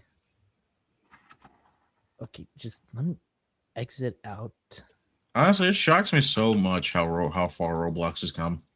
I'm literally playing a Spider-Man game on here that has good web swinging mechanics. Yeah, and but the only problem, it's just all the pedophiles that are making it a problem. I remember when Little Big Planet had a bunch of fucking level creation and game creation, and then Sony shut it the fuck down with no warning. All right. Because I've been wanting to make a video for a while about how Roblox is like the best game for Spider-Man fans. But then I'm like, yeah, I'm gonna have to talk about the fact that it's kind of overrun with pedophiles that Roblox like must do nothing about, apparently. Okay. So I used to play Roblox when I was younger, like back in like late elementary school and early middle school. Back when I was a moderator for another channel, I used to play Roblox with the creators of that channel before they dumped me. They left me hanging. Like a bad ex. Yep. All right. So DC announced multiple new shows this week. Many We're in new trouble. shows. So Absolute Batman is getting an anime, which Why? a crappy comic deserves a crappy show, because I guess DC and the vast majority of fans, quote unquote, really hate Batman. As if desecrating the Teen Titans wasn't bad enough, now we have to specifically crap on Starfire. Crypto. It's title screen, so we don't know how everything's gonna look yet. Crypto is getting his own show. Why? How is it just about a dog peeing on? Like, I love dogs, but you can't make a show off of. To be fair, Crypto the Superdog did have his own cartoon at one point back then. It was pretty good. I like it. I It's a remember that really show good from the show. mid 2000s. I remember liking it. It was a really good cartoon, Although, but like I feel like it's gonna be based on the James Gunn version. Now, wait, did he talk in that show at all? Yeah. Okay, so that's a major No. difference with the James Gunn version. Yeah. Well, yes and no. He talks, but only the audience can understand him. But Right, in the but like- context of the actual show, he speaks in dog. Yeah. Yeah. Well, if he's willing to do that, that could make it possible. What I'm saying is like how they presented him, possible. Yeah. But the way they presented him so far is that he's just like an incoherent and just like, oh, I go after snacks or whatever, like constantly. And I'm just an asshole and I destroy everything. I really So hate what they've done to Crypto. 10 out of 10 writing from James Gunn, everybody. He is Superman's dog and will always be Superman's dog. no, he's like Supergirls, and she's happy to be home because she stabbed a man or something. She changed. I don't know what the fuck the point of that movie was. Anyways, Mr. Miracle is getting his own TV show. I don't know who that is. Mr. Miracle is supposed to be DC's greatest escape artist, who's married to one of Darkseid's former Furies, female Furies. The problem is, can they handle a traditional loving husband and wife relationship? I highly doubt that in this day and age. only if the husband is open to the wife screwing other people. No, he has to be belittled by his female cat. Right. He at least has to say he's bi, but honestly, most guys who say they're just trying to sleep with a hot woman. Anyways, as if it wasn't bad enough, Joker is getting his own show. Why? Well, apparently, the story of this one is Batman's dead, and the Joker is trying to figure out who killed Batman. Are you fucking serious? This is literally the same thing they tried to do with the CW. Why would you care about that? No. What's funny Makes is no somebody highlighted how we went from Superman is evil to Batman is dead. Like we went from one terrible trope to another. dude, the whole like, do you remember like Arkham Knight? That's how they did they're like, this is how the Batman dies. It's just like, dude, that's the cheapest way to try to create hype. If Batman's dead or not. Yep. Yeah, I remember it was like the CW kept having it that, oh, he killed the Joker and then he disappeared. And I'm like, oh, that was Batwoman, I think. It was then on like the Titan show, Bruce is a fucking abusive asshole. yeah. Well, don't forget the first trailer for that show where it was like it has Dick going, fuck Batman. that was Titans. Yeah, it was Titans. Yeah, the one that race swapped Starfire for some reason. Yeah, they made her like she's a an black alien. hooker. They made her a prostitute in that, right? Why? Dark and edgy, bro. Then we get superpowers. I don't get what the deal is with this one. And then another Creature Commandos. Oh no. I didn't even like Decrepit told me that the first season, like what he saw of it wasn't great. But I don't remember a lot of people talking about it, so I think it's just going to fly under the radar. And as if My Adventures with Superman wasn't crappy enough already, we're getting a sequel, My Adventures with Green Lantern. That's not even going to star Hal Jordan. It's going to star Jessica Cruz. Not even the good alternate Green Lantern, John Stewart. Nope. Yeah, we fucking. I mean, he'll probably make like a cameo, but it's going to be like Hal's just nowhere to be seen because Jessica is making an appearance in the latest season of My Adventures with Superman. Yeah, I think I saw that. You're always giving the shaft to Hal Jordan for some reason. I want to fucking because he's white. Jimmy Olsen in that show. He's too cliche. Yeah, because it's like they're also crapping on Hal in the Lantern show that they're making. Yeah. You know, the show that was like, oh, we got rid of the green. Well, anyway, I need to get going, guys. Got to go to work. All right, earn that dollar, Wolfscar. Take care, dude. Yep. All right. Creature Commandos was okay. All right. So, like, I've heard, like, nothing about it, really.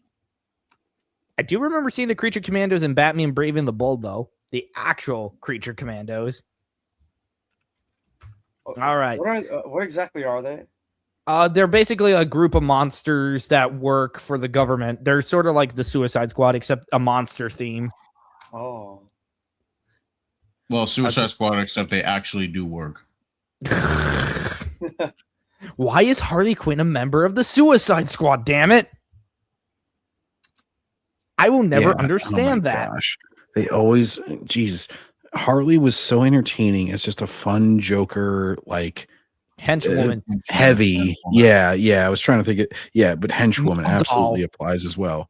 Mob it's doll. just like, yeah. It's like a mall. You're not the main villain, but you're there to present a more worthy obstacle than the regular henchman. And you're there for some comedic relief. You're there to create a cool little dynamic with the Joker. And it's like, you don't always have to be a main character and like evolve into like some like main villain sort of energy. Just enjoy your role. Not everybody's a 5-star matchup. Jeez. I mean, she has like 2 episodes for herself in BTAS, and they're both great. Harley Quinnade and Harley's Holiday. Harley's Holiday is especially my favorite. Mm-hmm. They actually even show in that universe that she grows out of being Harley Quinn and it goes back to being a regular well-adjusted woman. Oh yeah, Batman Beyond Return of the Joker, right? Oh right. Well, yeah, Joker dies. Yeah. So it's like you can, but now it's like they don't know what to do with Harley. Like they made her a competitor to Deadpool. They tried making her a hero in Injustice. They tried making her a hero in the comics. Now she's back to being a villain again. They keep pushing her and Poison Ivy as a thing when that was never a thing beforehand. And second off, Poison Ivy would be more likely to kill Harley than to actually, bang her because, Poison Ivy's whole shtick is trying to drive humanity extinct. And now she's a villain again. Well, the thing is, like, I am fine with like exception stories or like, Batman Beyond Return of the Joker is like a one-off. It's a movie set like post most of the canon. There's the norm and then there's the exception. You can't make the exception the norm. It's like whenever Batman is always retiring and shit. It's like, no, that shouldn't be like every single fucking story is Batman retiring or out of business. It becomes really boring then. Like, you got to have the status quo and then play off of it. You can't make. Oh yeah, I remember it was like they tried to make Harley Quinn like a positive female role model for getting out of abuse and crap. Yeah, I think another good exception would be like the Telltale Batman games. Like I recently just finished season 2, The Enemy Within, and it's really good. They have their version of Harley Quinn and Joker, even though his name in the game is John. They should have went with Jack. They have a switch dynamic. Like Harley's the very manipulative, abusive one, And John, he's just John. Like he's nice, but he's still fucking psychotic. Meh. Ivy is now the mayor of Gotham in the new.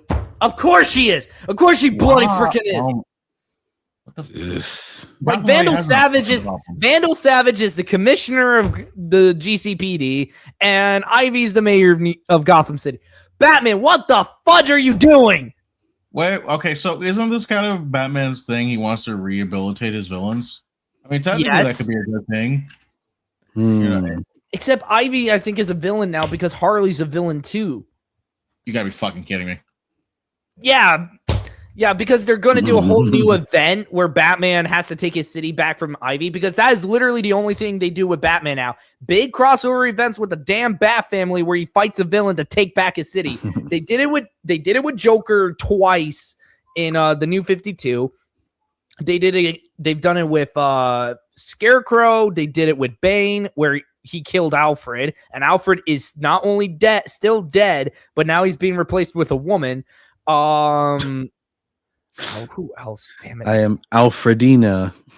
I can't remember. He loses his city to like everyone, and he has to keep getting it back.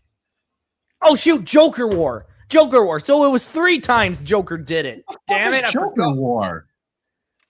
Joker War was Joker gets his hands on all of Bruce's money and uses it to cause like a whole bunch of chaos and kills a bunch of people. You had the Harley Quinn ripoff in Punchline. She's literally like a less interesting Harley Quinn. And then Batman, and it's like supposed to be set up to be the final battle between Batman and the Joker. And it ends with Joker being strapped to a bomb, but then it's like, oh, he escapes. Oh, of course. Okay, I'm sorry, Bruce. Kill the Joker. I'm tired. New 52, like from New 52 onward, Joker really does need to die.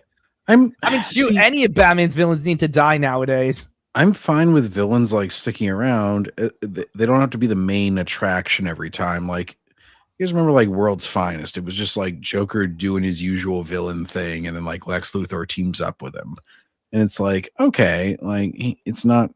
And that one actually does end with like teasing his death or whatever, but like it's not super serious. It's like, Joker you can always have him doing some new scheme. It's been a thing with Joker where he supposedly dies, but then he comes back because it's like he stabbed himself in the chest with a knife in his first appearance, and he survives that. He's been electrocuted by lightning. He supposedly has been blown up. I remember the lightning one because that's actually how the laughing fish story originally ended. And in the BTAS version, he supposedly gets eaten by a shark. I thought he got shot by Tim Drake. That was the Return of the Joker movie. The laughing fish happened beforehand, and that was more like it was an ambiguous death. Oh, okay. Yeah, Joker doesn't actually die in BTAS. But like, it doesn't always have to be this super dramatic finale kind of thing. It's like, because I feel like that's what they always do with Joker, where they try and make it this super epic, like, oh, this is the final thing. And it's just like, no, he can just like be a criminal. He does a scheme. He's thwarted. You know, it's like he's a player in Gotham, same as Two-Face, same as Penguin running his club or whatnot. Like you can have somebody else be the focus of the story. Is I guess my point. All right. So, as if things couldn't get any worse, for some reason, so even though we're getting peak with the Batman Knightfall movie, I hope, Caped Crusader season 2 got a season 2 announcement. You know, the show that decided it was a smart idea to gender swap the Penguin. And we went over when they gender swapped Mad Hatter for this show. Oh my god. That Penguin is the one that's like an obese tranny, like it's yeah. It's cringe as fuck. And remember, this was a Bruce Timm coming back, and we learned that Paul Dini might have been the architect, because without him, like, Bruce Timm just went off the rails. Bruce Timm is his gooning is out of control. Somebody needs to really reel him in. If that was the biggest problem, that would be one thing, but like, he has completely dropped the ball on the last few things to the It's like the basic story. If like Harley had a weirdly animated ass and that was the biggest problem, it's like, all right, well, that's a problem. But if it was all really well written, that would be one thing. But like, it's obviously not. It's he doesn't have the story to back it up without Dini.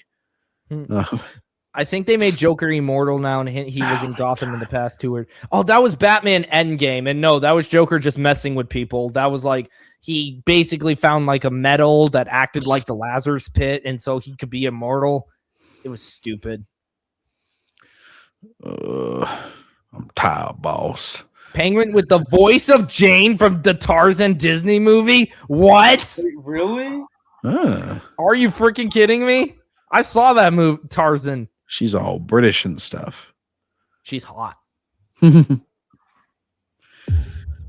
Also, this show barely starred Batman in it, and even then, he was like he's the worst Batman of them all. Voice actor, like even his writing is terrible.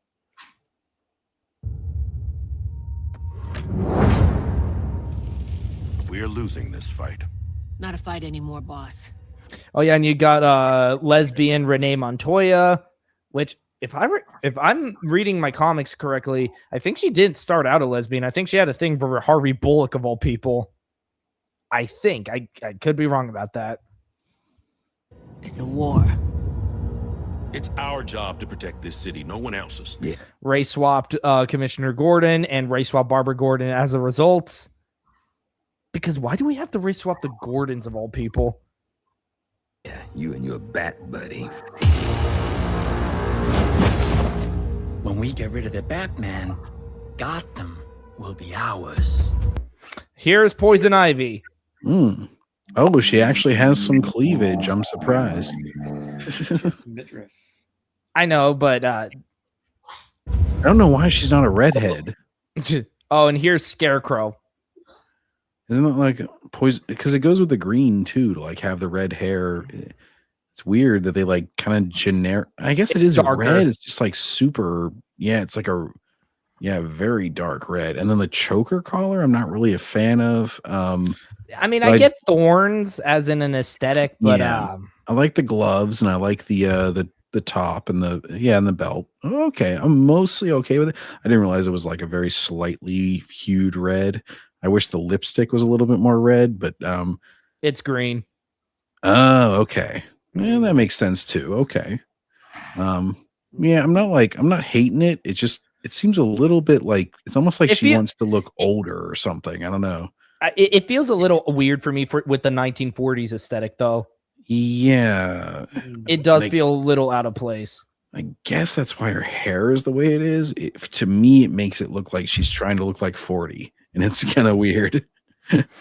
Why is it always Barbara and Gordon? Oh, I don't know. Sometimes it's Catwoman, too, that they make black. And even then, half the time, they're not even doing it as a tribute to Eartha Kitt from the 1960s. Here's Scarecrow's design. They didn't even try. Slap a gas mask on and boom, call it a day. He looks like a random goon.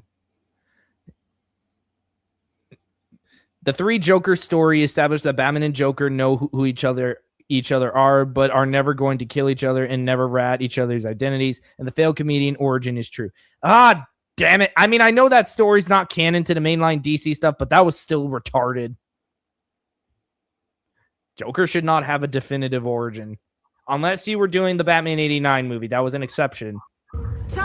Yeah, I mean, I'm okay with it if it's something where like you got to know your skill. If you're a writer who's just like, oh, he had an abusive father and that's it. Like Michael Myers got an origin from Rob Zombie and I did not like that. But then in the original, when Michael Myers has an origin, I'm like, I'm okay with that. So it's like you got to just know your skill level and be confident in it. You can't just throw it out there willy-nilly, you know? Okay, I'm back. Oh, yeah. You left Arachne? I had no idea. I said I had to use the bathroom. You abandoned me. All right. Bernhard Gruber. Poison Ivy kind of looks like Talia from Batman Beyond. Yeah, she kind of. I could see that. Yeah, she's got the hair over one eye kind of deal. Here's Riddler, by the way. No question marks. They really seem to hate making Batman villains nowadays. Batman, a hero. But I ask you,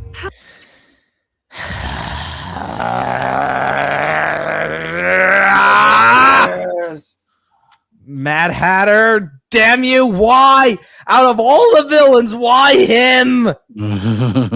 Why did you have to go ahead and butcher him? He's one of the best Batman villains that they never use in anything. The Mad Hattress, you mean? She looks like she's trying to be a pirate here, too. She's like, yar, I be the Mad Hatter. has the Batman made your children safer? Now it's a party. It's time to even the score. Let Batman use a gun. Oh, God. Please stop, Bruce Timm. Bruce Timm, stop it. No one wants you around anymore. You're nothing without Paul Dini. Nothing. His random shootings more in the last 3 weeks than in all of last year. His voice. I still hate the voice. Yeah, it sounds like he's kind of like an old man, like kind of like struggling his way through it rather than trying to be intentionally raspy. He's like, oh, I'm Batman. Yeah. I'm so tired. Oh, geez. No wonder this show is terrible. It's like he's Look who's involved. Oh, J.J. Abrams and Matt Reeves. Jar Jar Abrams. Matt Reeves. Matt Reeves, he made the Batman, which it's a decent movie up until the third act. The third act is entirely unnecessary. I think I still haven't seen that movie yet.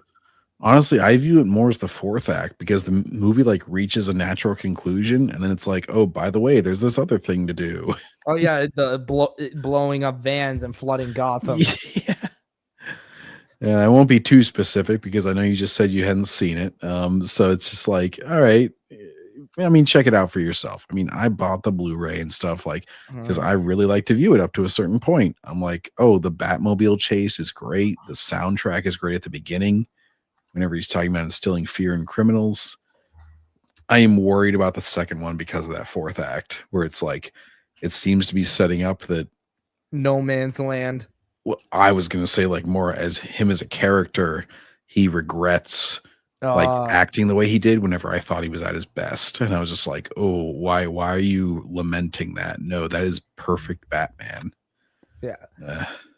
Oh God, is he going to make Batman and Barbara a thing in this series? Never say never when it comes to Bruce Timm. He's going to do it. Nobody's crossing. To be honest with you, like I'm okay with that if they're closer in age. Yes, canon. I will say that because I do like remember if he's 30 and she's 20. That's about as far as I'd push it, and it's like me too because. My grandma and my grandpa are actually 10 years apart in marriage. Yeah, there are age difference relationships that work out great. Absolutely. And it's like, as long as Bruce isn't like 40 and she's like 19, that's when it starts to get a little bit weird. And it's like, it can work, but like, why would you write something for that? So, because I believe in the original comics when Barbara got introduced, she was like closer in age to Bruce. Yeah. Because I actually remember her original origin did involve that she actually, had a crush on Batman too. I mean, honestly, I wouldn't blame her. It's the goddamn Batman, after all. I mean, even Wonder Woman got a crush on him, and she's like 3,000, and he's 40. So, that's much more of an age difference. Not gonna lie, I was actually rooting for that in the animated series. It honestly pisses me off that Bruce doesn't get any in Batman Beyond. Like, he's all alone and stuff. So it's like, yeah, I kind of wish he had sort of a happy ending, but. Well, he got a few, and then he got. As far as I'm aware, the only Batman to actually get a happy ending was the original Golden Age Batman. That's it. Wow. He's the only one to get a happy ending out of all the Batmen over the years, the decades. He got married to Catwoman. He was able to retire being Batman, and he became a police commissioner of Gotham City. And then he was dying from cancer, and he went out in one last mission as Batman. And his daughter went on to become a crime fighter herself. That's cool. That's awesome. This Riddler guy. I'm running things. What could this question mark mean? It's a question. The question, but I thought he was a good guy. Damn it. That is the question, detective. That's the question. It's either that. Who is it? A huntress, right? That gets with him. Yes. Yeah. Yeah. The Helena Buccinelli. Yeah. She's also she's Catholic, actually. And she likes to have a little bit of a cat fight thing with Black Canary. I have not finished watching Justice League Unlimited, unfortunately. They have a natural rivalry, yeah, and it's a nice little dynamic. And then Black Canary, of course, is with the Green Arrow. Yeah, I do like the question though. He actually is a Steve Ditko creation, after all. Yeah, he's sort of like a Rorschach type character, although obviously less intense because he's actually, the question was the inspiration for Rorschach. Okay, because Alan Moore hated the question because the question is technically a conservative like superhero because he's always investigating the government to make sure they're on the up and up. And Alan Moore is like a nut job. I think he's either a communist or a Marxist or something. So he tried making it that Rorschach's the bad guy, but it's like, no, he ended up making Rorschach the good guy, like the best person in the entirety of the Watchmen comic. It's one of those things where like everybody loves a character and then the creator's like, no, you're supposed to not like him. And what's funnier is his name is Rorschach after the Rorschach test, where the whole thing is what your interpretation is. He's like, should I question my beliefs? No, it's the children who are out of touch. I mean, I will say I'm not the biggest fan of Watchmen for how it kind of brought in the superhero deconstruction thing, but nihilistic for me. Yeah, I'm not the biggest fan of those kind of stories, but I will say I do like Rorschach from the perspective of like, you know, he may not be perfect, but you know, he's the only guy really trying to do any kind of good. He's on the verge of panic. This kind of chaos can spin out of control. I like the prominent ears on Batman. I do like the tall ears. Yeah, something I don't like that the comics do ever since Jim Lee took over doing the art duties back in the 2000s was making the ears small. But, like, it works if you're doing like the older, like more blockier build for Batman. Yeah, Batfleck, it worked okay. Like he had like if ears. If he has like a bulkier like boxer type build, I can understand giving him the shorter ears. But I'm like, strength. If you want to give him, but if you want to make him like actually kind of like scary looking, like give him a scary silhouette, you got to go with the long ears.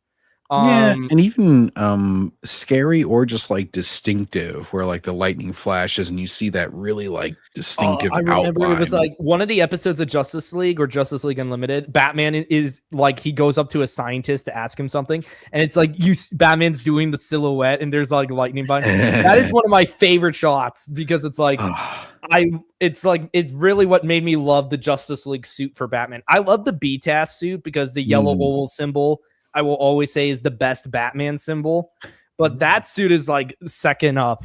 Well, and is there a better opening than the BTAS with the blimps and their spotlights and then just dun, dun, dun, dun, dun. It's just like, oh my God. It's talking about these kids talking about aura farming. Batman in the 90s it was just exploding off of him. There's two people that are the definition of aura farming. It's Darth Vader and Batman. Honestly, yeah. Batman literally summons lightning. He's so good at aura farming. He always makes it flash behind him whenever he's posing.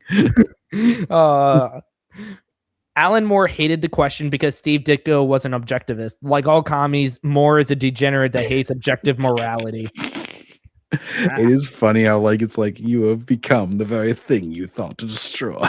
You know, I gotta read myself some of the question stuff. Which comic should you read, though? That is the question, Brandon. To you again. Oh, and they made Alfred Why is fat. Alfred fat? Yeah. Wait, what? Poison Ivy and Riddler made out? Oh, no. But this is like the first version of... I didn't think it'd be possible, but this is the only version of Alfred that have no sauce. everything else is correct too. He's got the little bow tie, he's got the kerchief, he's got the mustache, he's bald, and it's like, and then they just like expanded him horizontally. It's like, why? And Batman treated him like shit in the first season too.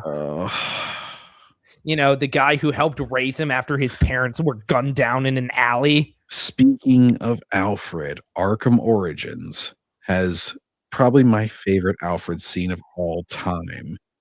Whenever he gives him the speech and he's just like, you can't make it on your own, but it's high time you realized you are a man, not an island.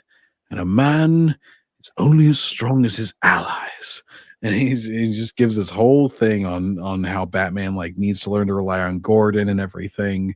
And he tells him how he can't stand up to Bane and all the other criminals alone, but he can still stand up to them with his support.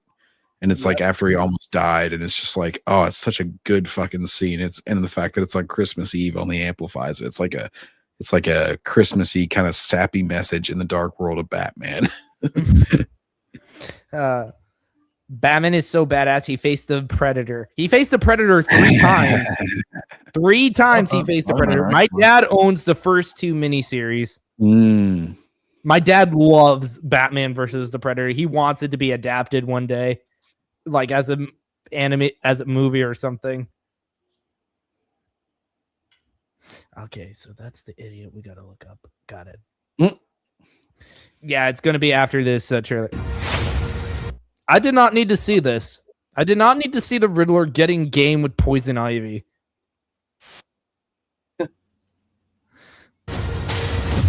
Pennyworth, it's me. I need the car. Oh God, the voice still sounds terrible for Batman. Oh, I'm so low energy. Oh, give me my. Oh. This Batmobile also is kind of lame. Back in the 1970s when they had the Batmobile looking like a normal damn car, at least they put Batman's face on the damn hood and it looked cool. I'd rather read Batman White Knight than see this shit. Wow.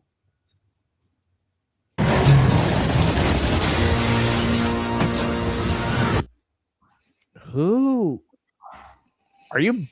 Are you ripping off The Rocketeer? I heard that's a good movie. Actually. Iron Man. Yeah, the faceplate is giving me like one of the early Iron Man suit vibes. That does look like Rocketeer. That's crazy. I gotta watch Rocketeer. I heard it's a really good movie. I haven't seen the whole. I know that who is it? Jennifer Connelly is apparently very good in it, and oh gosh, I forget who the main actor is. I feel so bad now, but I know it's very classical. I know a lot of people compare it to Captain America: The First Avenger, where it's like a classical superhero, which means it must be pretty damn good because you can't beat the classics. Oh yeah, did any of you unapologetic optimism? Did you? I forgot to tell you guys, but apparently Heather Antos, the current head of IDW Publishing, IDW, the company that loves shoving identity politics into everything. ID, it's right there in the title. Come on. The company responsible for ruining Transformers, ruining Teenage Mutant Ninja Turtles, ruining Sonic the damn Hedgehog. Well, helping ruin Sonic. Hey, give me a chili dog. She apparently had a meltdown on X because John Byrne is returning to do X-Men. Matt. The legendary The legendary John Byrne of sensational She-Hulk fame. And Spider-Man Chapter 1 fame, if any of you have read that one. What's Spider-Man Chapter 1? So they tried to do like a Batman Year 1 thing where they say Year 1, yeah. They wanted to kind of sort of modernize Spider-Man's origin.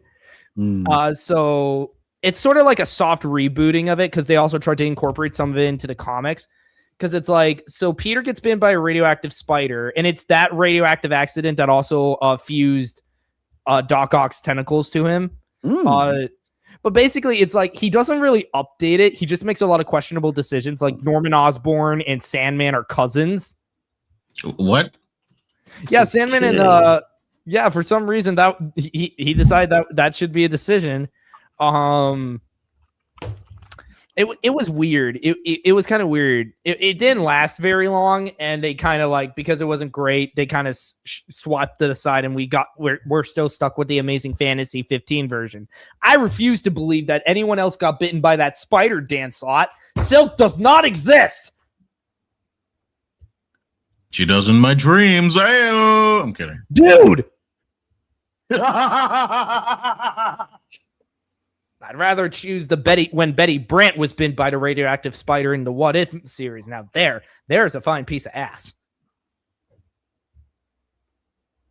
He tried to cut down on the radiation origins in Marvel. Oh, right, because the 60s, that was a whole thing, radiation. Anyway. Sane people don't dress like bats and do detective work for... Oh, God, no. They're bringing back Harley, the bat. Lesbian, fat Asian Harley. Was she Asian in this? I know. She's a brunette for one. She doesn't look fat. What? She doesn't look fat.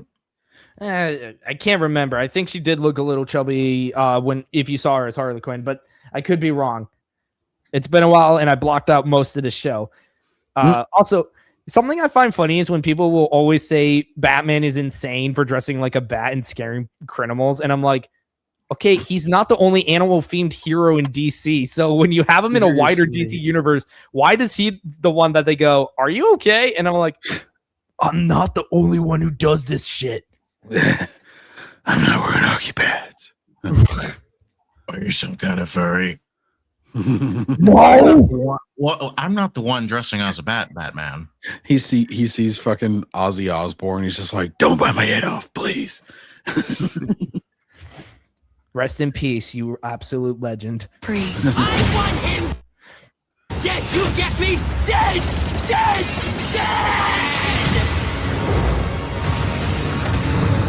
Oh crap! You couldn't even give us the bat. Using guns.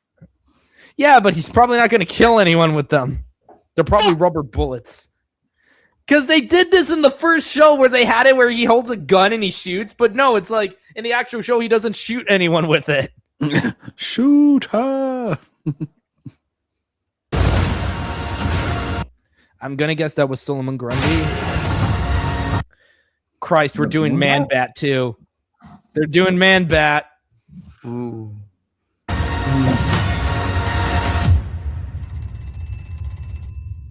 Good silhouette. Well, it's hard to screw up the bat silhouette. Mm-hmm. Wait, what? Pause right here. I've come to awaken you. To show you. All right, guess who they're bringing in? Is that the Joker? Show me what? What? Whoa.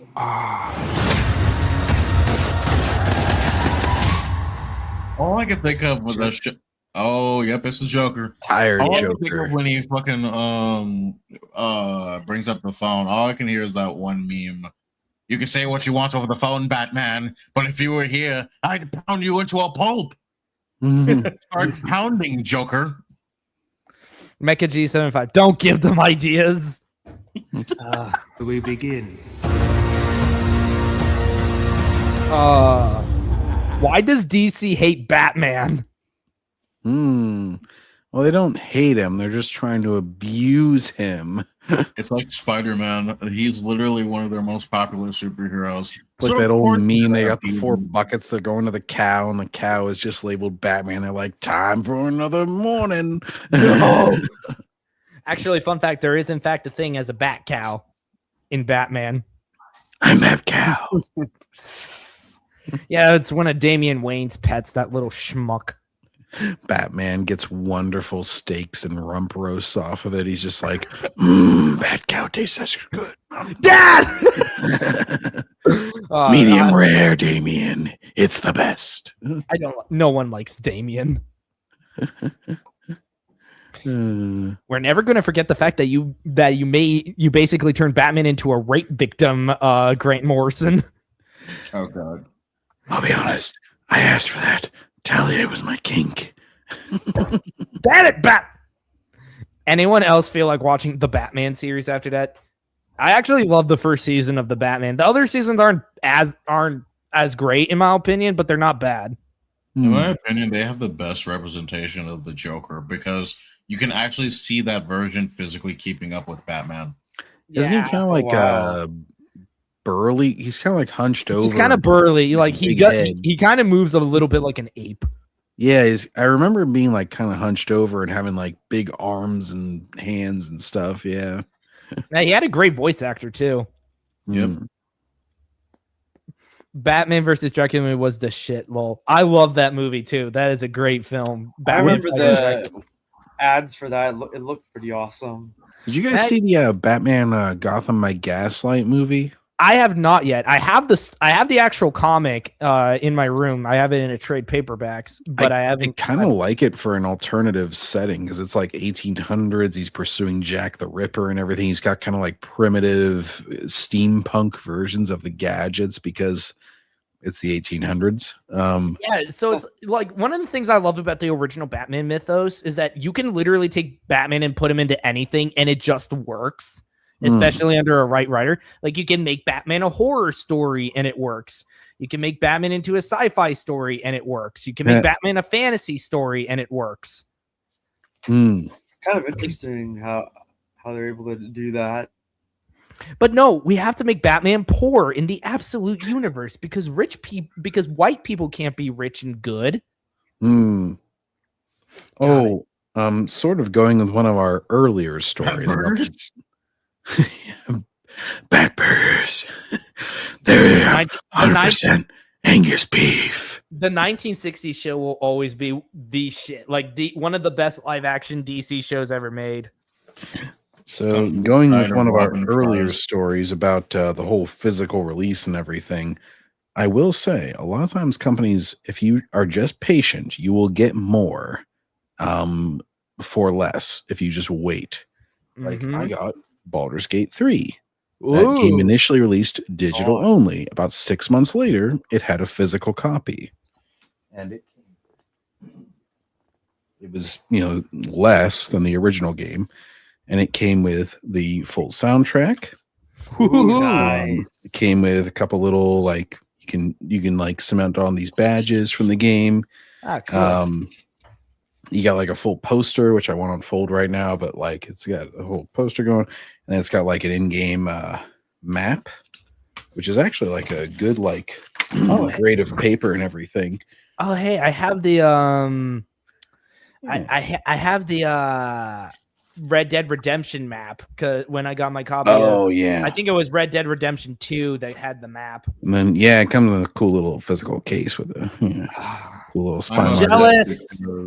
When I went to get the game guide for Spider-Man 2, the movie game, it was supposed to come with a poster that has a map of the city in it. But since it was used, it didn't have the map. I'm mad. So the Spider-Man 3 game, I did get the map, but I marked it all up because I was playing to get all the little meteorite fragments to get unlimited black suit. And so we were marking it off with little Sharpie markers and shit whenever we would get off an area and to cross-reference with, whenever we were locating meteorite fragments. At least it was used like an actual map. Yeah, that's the thing. Like, I never like preserve collectibles. I'm always just like, I actually get them to use them and shit. And like, I tried to put my Transformers in as good condition as possible. I had my sister have to touch up some paint scratches on my Reveal the Shield Bumblebee. Because I'm not usually looking to resell, so it's like, I'm just going to genuinely use them. And if I have a cool collectibles to show it off, it's fun. Hey, Eric CM, welcome to the stream. I want to know about bears. I want to know about bears and rabbits. What are they? Batman Begins game. I actually heard that the actor who played Jonathan Crane in Batman Begins actually is a gamer, and he play tested that. I need to get that game. I've gotten a ton of the Spider-Man and a lot of the movie tie-in games, but yeah, Batman Begins, I don't think I have. I think I heard it's like kind of okay. Yeah, that was towards the tail end of it was towards the tail end of the big movie tie-in games because like starting with PS360, it was like that sort of started to die off. It got too high budget for them to just release those before every movie. And And it was the precursor before we got the creme de la creme that was the Batman Arkham series. Yeah, because Batman Begins came out in 2005, and so like Dark Knight never really got a game. But then like 2009, the year after Dark Knight came out, we got the Arkham Asylum, so nobody cared because they were like, Paul Dini's coming back, Mark Hamill and Kevin Conroy are coming back. Who the fuck cares about getting a Dark Knight release? we're gonna play this awesome new game in that universe, essentially. All right, give me a second to pull some. Yeah, here we go. So I did cover this a long time ago, but I decided we should go back and cover it because well, one, that was back when I was still running around with scruffy looking Nerf herder before he stabbed me in the back. And you know, it's relevant to the topic of conversation. Brandon, this is going to get you angry more. Absolute Batman is poor in that universe. Well, Felicia is not just rich. She has her own cave while Bruce has shit. You mean Selena Kyle? Why? Wow. What in the name of the 13 primes? Who likes this shit? Who in their right mind can say Absolute Batman is great? If you guys have never seen the EFAP reading of Gotham High, the comic, it's pretty hilarious. That was the one where they ruined Thomas Wayne and they made it that it was Martha Wayne who was the successful one and Bruce was Asian. And then they make Alfred like an Asian gay and stuff. Oh God! That reminds me in a different like Discord call like a couple of days back. We were doing a dramatic reading of the What If Miles storyline. Oh no, you mean the Thor one? Yeah, the Thor? I was crashing out because I was voicing the different Mileses, and I came in a bit late, so I'm like, I really hope none of these comics beyond what I'm reading right now has the By Odin's Fade line, because they were just in the middle of doing the Miles Thor one. And I noticed that line was not in there whatsoever. So we get to like towards the end of the arc when all the Mileses are fighting all of the Aaron Davises, and he turns the page right fucking there. By Odin's Fade. You got to do a dramatic reading for your channel just for the sake of it. I was talking with Pyro, Roger, and Alec that we got to do that at some point. Oh my gosh, dramatic! I would love to chip in and help with that one. God, that's got to be so fun. You just pick your character roles. It's just like a Supermassive game where you pick your characters at the start and then you just nail them. Select your fighter. I don't think I fucking recovered from By Odin's Fade. Oh my God. Speaking of which, I have the OG Lego Batman, which I got back in the day. It's still in one piece. Damn, nice, dude. Nice. I would love to get some OG Lego sets. I Selena has her own cave in her spinoff in her own cat cycle. And I thought the opening pages where she shoots someone that's dressed like Catwoman from the comics was bad. What the fuck? Yeah, so they revealed like the early pages for when Absolute Catwoman was getting her own series, and it's like the text bubbles and like you see Catwoman dressed in like her normal comic book outfit from the actual comics. She's like sneaking for an apartment and she's going to steal something. And the text boxes make you think that it's actually Catwoman. She's doing like the typical narration. And then the Catwoman gets shot and we get to see the actual Absolute Catwoman, who by the way is black because of course. And she has like a weird bowling ball helmet thing. And she's like, no, screw that shit. Because of course we got to throw a middle finger to the actual versions of the characters. Because come on, Darkseid, it could not have been that fucking bad for you to do this to Bruce. Oh God, Absolute Batgirl. She's not even going to be called Batgirl. It's the Bat. What the fuck? Yeah, they're going to do like Barbara Gordon becoming Batgirl, but it's like she's got a trench coat, she's got a giant gun. She's calling herself the Bat. It's all stupid. Thoughts on the all-in standard Batman suit? Okay, so that suit. Give me a second to pull it up for anyone. Because I do have my critiques of it. What here we go. Okay. Because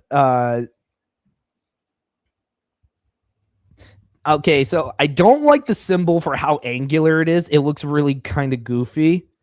And I don't like that apparently it's actually colored blue. It's not black. That just does not, that's not right for me.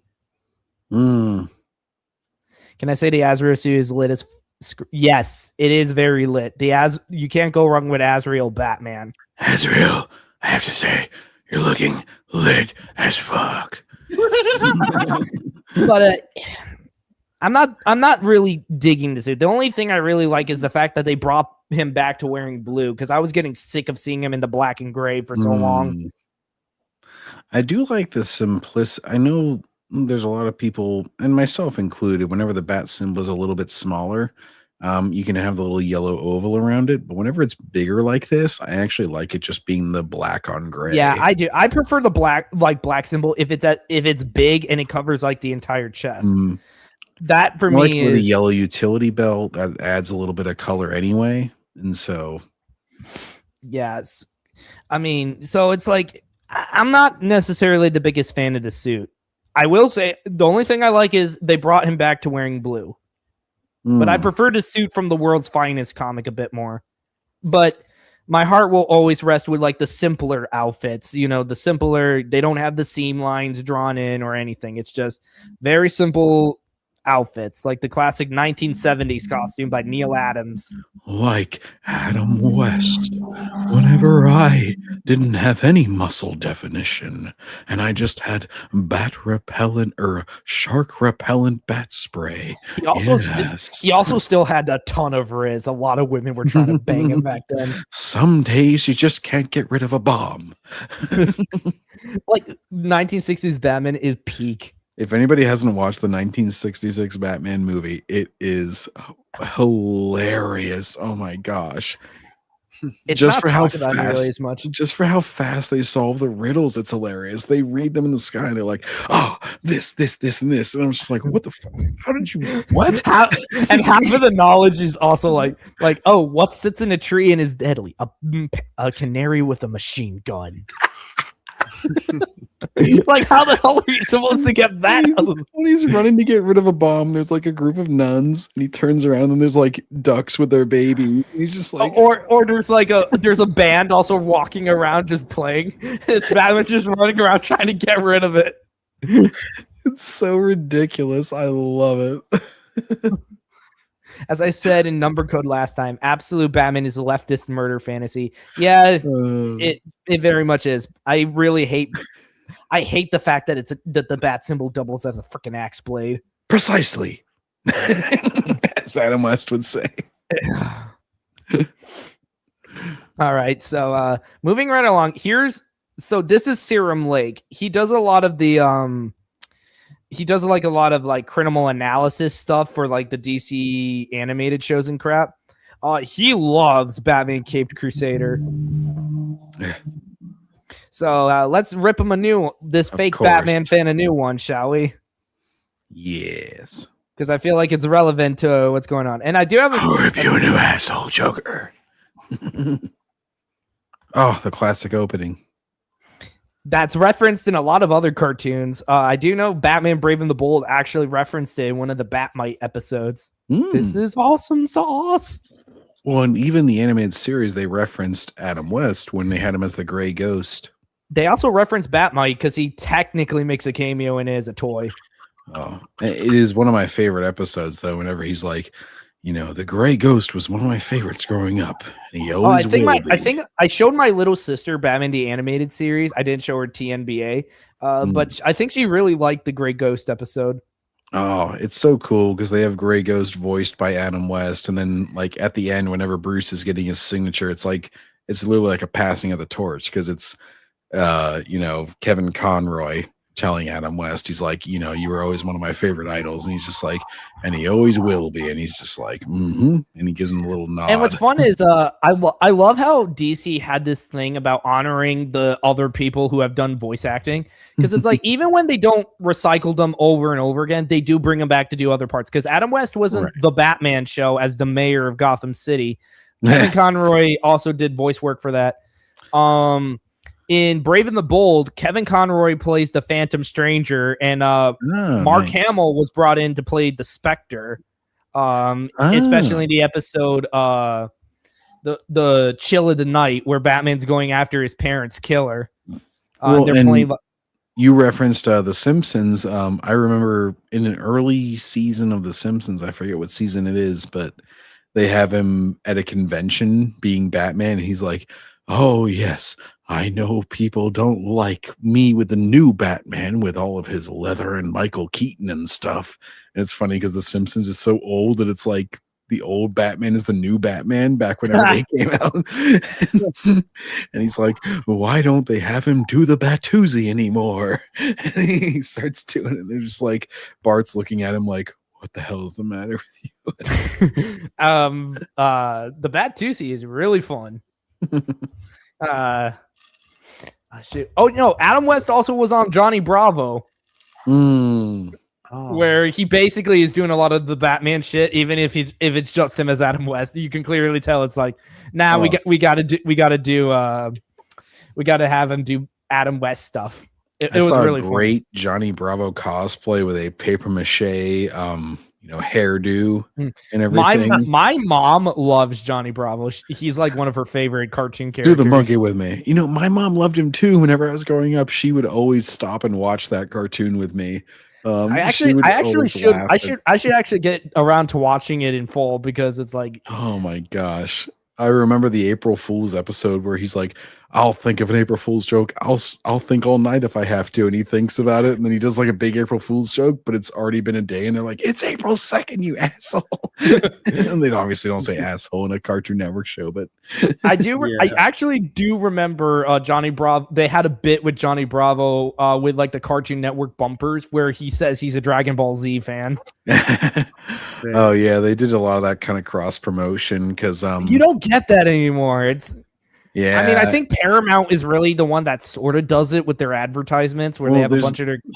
There's not as much scheduled programming anymore. Like back in the day, it was like you get your Dragon Ball at your Dragon Ball Z at 4:30, 5 o'clock, and that's when you get it. It's after school, and you get home, you lay in front of that damn TV because you can't stream it anytime you want. And God forbid you do your homework, because homework sucks. Yep. And I still remember, like, even something as simple as like, a new episode of Dexter's Lab where he has this crossover or whatever. It's like, it's going to premiere at 9. And you're just like, oh, I gotta get in front of that TV at 9. This is like, and Dragon Ball Z, especially, they played the Saiyan saga over and over and over. And it was a big deal whenever they were like, there's going to be new episodes, guys, 1999. We're going to go ahead and get those new ones. I was just like, oh, no way. It was just like, what happens after the Saiyans? Okay. Kevin also voiced Zener R. Batman in Brave and the Bold. Oh, yeah. I forgot about that, where he was a Superman parody in that one. Oh, that reminds me. There's something I got an article my dad sent about Supergirl. I also got to grab. Oh my! Oh, I can't wait to talk about that. No, it wasn't that. We need Brandon the dad some on the podcast at some point.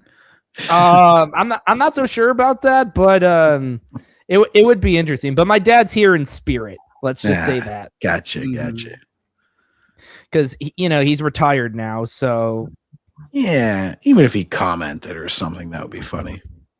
I know, but he wants to keep the family safe. He doesn't want me to get doxxed. Oh, you can certainly be anonymous. Yeah, hell, he could be Mecha G for all we know. All right, I got it. I got the article sent, so we can review it after we kick this guy's ass. Let's go. As an unrepentant superfan of Batman the Animated Series, you certainly aren't. Not after this video you made. I think that like-minded people will want to know how the new Batman show, Batman Cape Crusader, stacks up to that legendary Poorly. cartoon. It's not even on the freaking podium at all. No. It's the classic milk it. It was shown very blatantly in that opening title. It's like Bruce Timm in big capital letters, and it's like producer of the animated series. Somebody's infiltrating someone's garage right now. I think that's Iron Inquisitor's grandma. Oh, that's we have an alarm system, and she's setting it for the night. Okay. Nice. Tell her to keep those intruders out and keep her shotgun handy. Anyways. Hey, what is she? The woman from Ratatouille? Like, that's my purse. I don't know you. Kicks him in the balls. Me as Brandon's dad. Well, I'm older, not by much. Oh shit! I don't think that's going to work out. Oh wait, older than his dad or older than Brandon? That's right. I've never revealed my dad's age. I don't think. Bush, I really enjoyed it, and it compares favorably, but it wasn't. And that's the kind of talk that gets you kicked out of the fandom for good. Wasn't quite what I was expecting based on some of the press releases from the last. Who's that? Who's that other black lady? And it compares favorably, but it wasn't quite what I was expecting. That's Barbara Gordon, everybody. Motherfucker! Like, why does she look like she's a 40-year-old?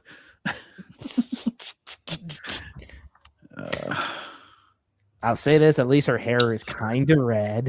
The thing is, if she's black and she has red hair, you know it's just dyed anyway. Like, it's never natural, to be honest with you, as far as like scientifically speaking. Well, I mean, I'm no expert on black people, so I can't necessarily comment, but well, it's the same thing with Asian people. Yeah, they usually have dark hair if they're gonna and they dye it, that's fine. I don't think I've ever seen an Asian blonde before. Exactly. No, it's very true. Like, genetically speaking, like there are definitely traits that like align more with certain things. Crap, I didn't want to activate that. Okay. It's kind of like Irish. I'm not Irish, but I am half British, and that's why I have red hair. I am part Irish. It's like a third of me. Based on some of the press releases from that's why you have a dark helmet. Oh, I was right. Asian American. Damn. Months. What the thing is, Asian is such a general term because nowadays they use Asian to cover like if Middle Easterns are overly proponent in a certain. Look, the only Asian I know is Stephen He, the YouTube comedy guy. So that's it. I feel like people should distinguish, though. It's like, you know, are you East Asian or are you Middle Eastern Asian? Because there's just so much out there. It's like it's a very different culture. Just lump them all into one. It's like, ooh, an Indian too, and it's like, you know, Indian is completely different from those two, and it's like, yeah, that's are you all Native American? Asian? Expecting the show to be very similar to Batman. It's like saying North American, and inside North America we have Mexico, USA, Canada. Like those are three very distinctive things, and Asia is even bigger than that. Tragic villains defined by loss, wallowing in despair. And there are elements of that, but for the most part, the villains of this show are not tragic figures. And that's part of why they suck. Are you Chinese or Japanese? That is one of Hank Hill's. That's why I remembered that Ming was Laotian, because that's one of Hank Hill's famous first lines. He's like, so are you Chinese or Japanese? And he's just like, I'm Laotian. And then he goes through a whole spiel about how he's Laotian. And then Hank is just like, so are you Chinese or Japanese?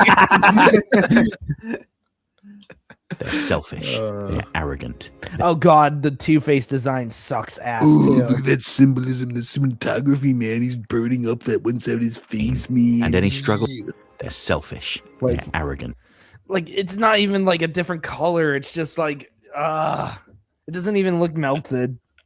It just looks like, you know, he's missing and has gaps in his face. Bane. Is and that any Two-Face? struggles they face? What? With the melted face, is that Two-Face? They're selfish. That's supposed to be arrogant. That's supposed to be Two-Face. Well, no, after that, who's the face? They are vain. That's Clayface. Oh, okay. Well, isn't Clayface supposed to be like morphing himself into a handsome actor? Well, it's sort of borrowing. I mean, I don't know what the deal was with this one. I think it was combining his shape-shifting abilities with the fact that the original Clayface just wore a costume. Because Gotcha. Basil Carlo was an actor killing people because they were trying to remake a famous movie of his, The Terror. Okay. You remember that Batman the Animated Series where it was like the girl with like where she was like a midget or she never grew up? Baby doll. Yeah, and she like got together all the former actors and like Batman had to deal with her. Like that was some dark, twisted shit. Yeah, but it had a really great ending too. No, that was a really good episode. But like as far as like a kid's show, that's how you push the envelope while keeping your rating. I remember Shady Durex did a review of that episode, and he talked about how she was basically animated like she was from the Animaniacs. Oh yeah, she was a little bit more cartoonish and everything. And Animaniacs, by the way, got away with a lot of stuff because they had Steven Spielberg with his finger on the fingerprints. Yes, that is definitely the most famous. Oh no! Good night, everybody. I'm a pianist. United States, Canada, Mexico, Panama, Haiti, Jamaica, Peru. I can't go too far into that song, but and then they ruined it when they decided to reboot it. Oh my gosh. My uncle he was excited when they announced the Animaniacs were coming back. I was excited too. It's so unfortunate. He hated it when he saw the episodes. Like heartbroken. They went TDS with it. They were and I saw one of the greatest live shows I've ever seen was at a library with just it was the Yakko voice actor and Randy Rogel who wrote a lot of the original songs for that. It was before the reboot, and they just performed a lot of the songs. And Rob Paulson was the voice actor, and he performed a lot of his stuff, and it was great. I stayed till past midnight in a bad neighborhood in Pittsburgh where I probably shouldn't have been late at night. And I was just like, you guys are great. Like you brought so much humor into my life. You helped get me through college and everything, with just like rediscovering this series with 100 episodes that are just like pure comedy gold and great educational material too. Well, yeah. And it's a great example of how you can balance so many things between being educational, clever, kids entertainment, but also entertaining for adults. Like Slappy Squirrel was a great venue to the older audience. They did Who's on First Base, but they redid it for the Who band. Who's on First is one of my favorite comedy skits of all time. Well, and they redo it in Animaniacs where they're like, who's playing the Who? That's what I'm asking. Who's playing? Oh, that's when they did a joke on I'm blanking on the name of the festival. Oh yeah, Woodstock. Yeah, Woodstock. Yeah, Woodstock 90. Because I saw a video on Woodstock 99 and that complete disaster. Yeah, and Slappy's like the old person, and then like Slippy is just like the Who. Who? That's who I'm asking. Oh, they made an entire episode where he was bawling his eyes out over Bambi. And then it was like on the flight back, they played Old Yeller. Oh my gosh! It's and any struggles they face. Show. It's so good. This is Gentleman Ghost, by the way, and Gentleman Ghost is one of my favorite villains, and he looks kind of stupid here. Are a direct result of their own behavior. I also thought it was going to have more extreme content. After all, the TV broadcast regulations of the 1990s were far more strict than the world of online streaming platforms in the 2020s. Well, the infamous idea was that in the 90s, Spider-Man couldn't even throw a punch, but no, it was like they wanted to save him punching for like really dramatic moments, but it was like, oh, he couldn't harm birds. Well, and that's also where Spielberg did have his sway, where he was like, especially with like Animaniacs and a lot of the Warner Brothers stuff, where he was like, hey, let this go. Like, it's good storytelling. And they were like, all right, very well, Mr. Spielberg. I do remember, I don't know who made it, but the Sam and Max cartoon, I've seen clips of that from the 90s. Yeah, Sam and Max got a cartoon. They get away with a lot of stuff there, too, because it was like, they even show like an actual human heart at one point. Oh yeah, where they're like they have it beating in the hand, and it's not like the stereotypical heart. It's like an actual anatomical heart. Yeah. It's Valentine's Day and we're delivering a heart. How apropos. Thing is, yeah, you can push the envelope if you're creative in a lot of ways. And this applies to script writing, visuals, a lot of stuff. It's like, you know what? Be like you're confronted with a brick wall. You can either find a way to get around it. Yeah, either pound through it, get around it, or like subvert it and find the weak point. You know, it's like, hey, I can slither through with this. And it's like, oh, okay, pretty clever. All right. That does not apply to our censorship. Good job. It's Steve Purcell who made Sam and Max cartoon. Okay. That name doesn't ring a bell. But yeah, because Batman the Animated Series worked with the censors to get away with the stuff they did. But I found Cape Crusader to be. Yep, there's Harley Quinn. She does look it could be just me tweaking, but she does look a little chubby. Like maybe a slight. She looks plain. She should be exotic and beauty. Yeah, it's like she should be a blonde. I Absolutely. know. I'm not just saying. It's not just because I have a thing for hot blondes. Well, you're very unique in that perspective. No, but you know, at least once she gets plunged into a vat of chemicals, she should be like a blonde with pale skin. Like that should be.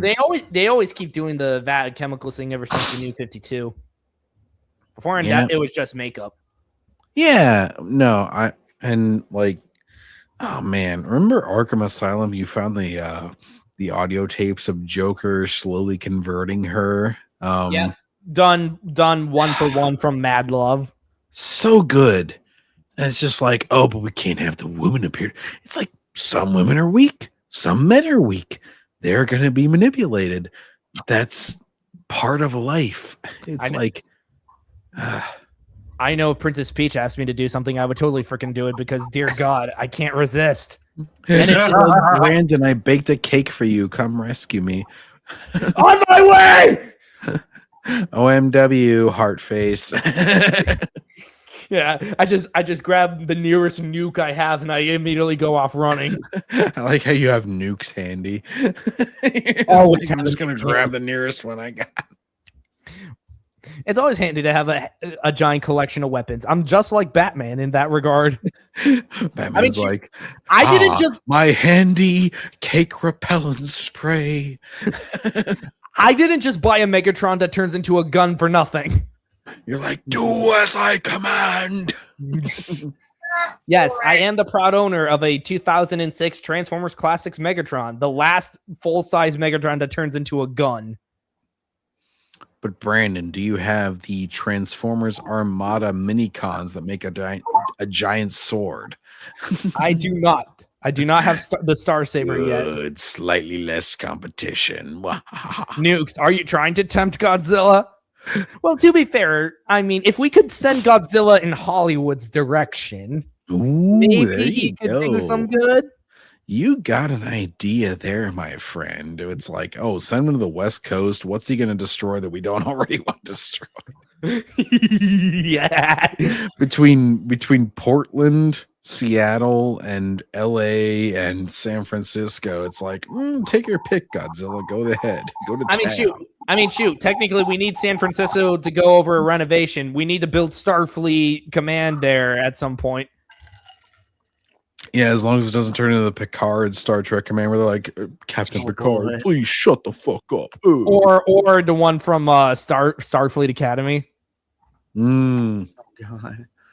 Quite tame in comparison. Yes, people die, some of them in horrible ways, but there are no scenes that are as harrowing as the most frightening moments from Batman the Animated. Because this show has no talent behind it. Just like in the SpongeBob episode. No talent. He's contradicting himself because he's like, oh, things were so much more restrictive in the 90s, but also we don't go as harrowing as we did in the 90s. Hang on a second. That's contradictory. Series. I think the creative team took a... Oh, yeah. Rene Montoya definitely got plumped up. Like, This woman's supposed to be on the freaking police force. And why is she wearing a man's police suit? Like, women, you can wear. I think she has a pants. skirt. Oh, okay. I think I could be wrong.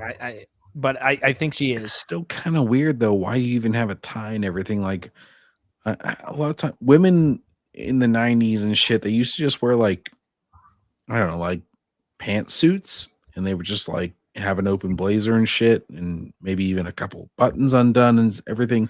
Like, I used to watch Jag. That was a legal procedural drama set in the military, and Catherine Bell looked hot as hell in it. But anyways.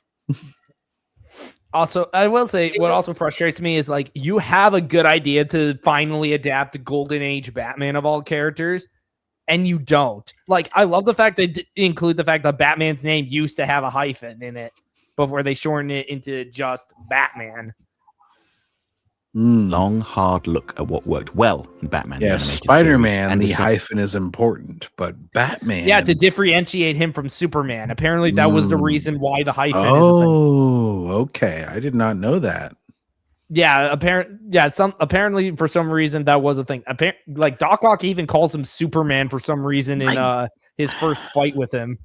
I guess because they both start with S, and he has super strength. Yeah, it's really rough. I mean, to try to connect those two, they're very different power-wise, but after all, Spider-Man does whatever a spider can. Does whatever a spider can. Spin a web, stop a van. I did when to compete with it and when not to. Oof. Oops. Oh my. Who's starting up shit? Uh-oh. First thing that leapt out at me is the music. It's far more subtle than I was expecting, and clearly doesn't attempt to compete with the work of the late Shirley Walker and her band of composers. You can't even go up to her level. Just don't even try. If anything, the music is a clear homage to the work of Bernard Herrmann, the composer that worked on Alfred Hitchcock movies. While Danny Elfman's theme for Batman the Animated Series was loud and bombastic, Frederick Weidman's theme is softer and more suggestive. There are villain themes, but they weren't really that distinct. I couldn't hum, say, Harley Quinn's theme in the same way that Shirley Walker's work echoes through my mind.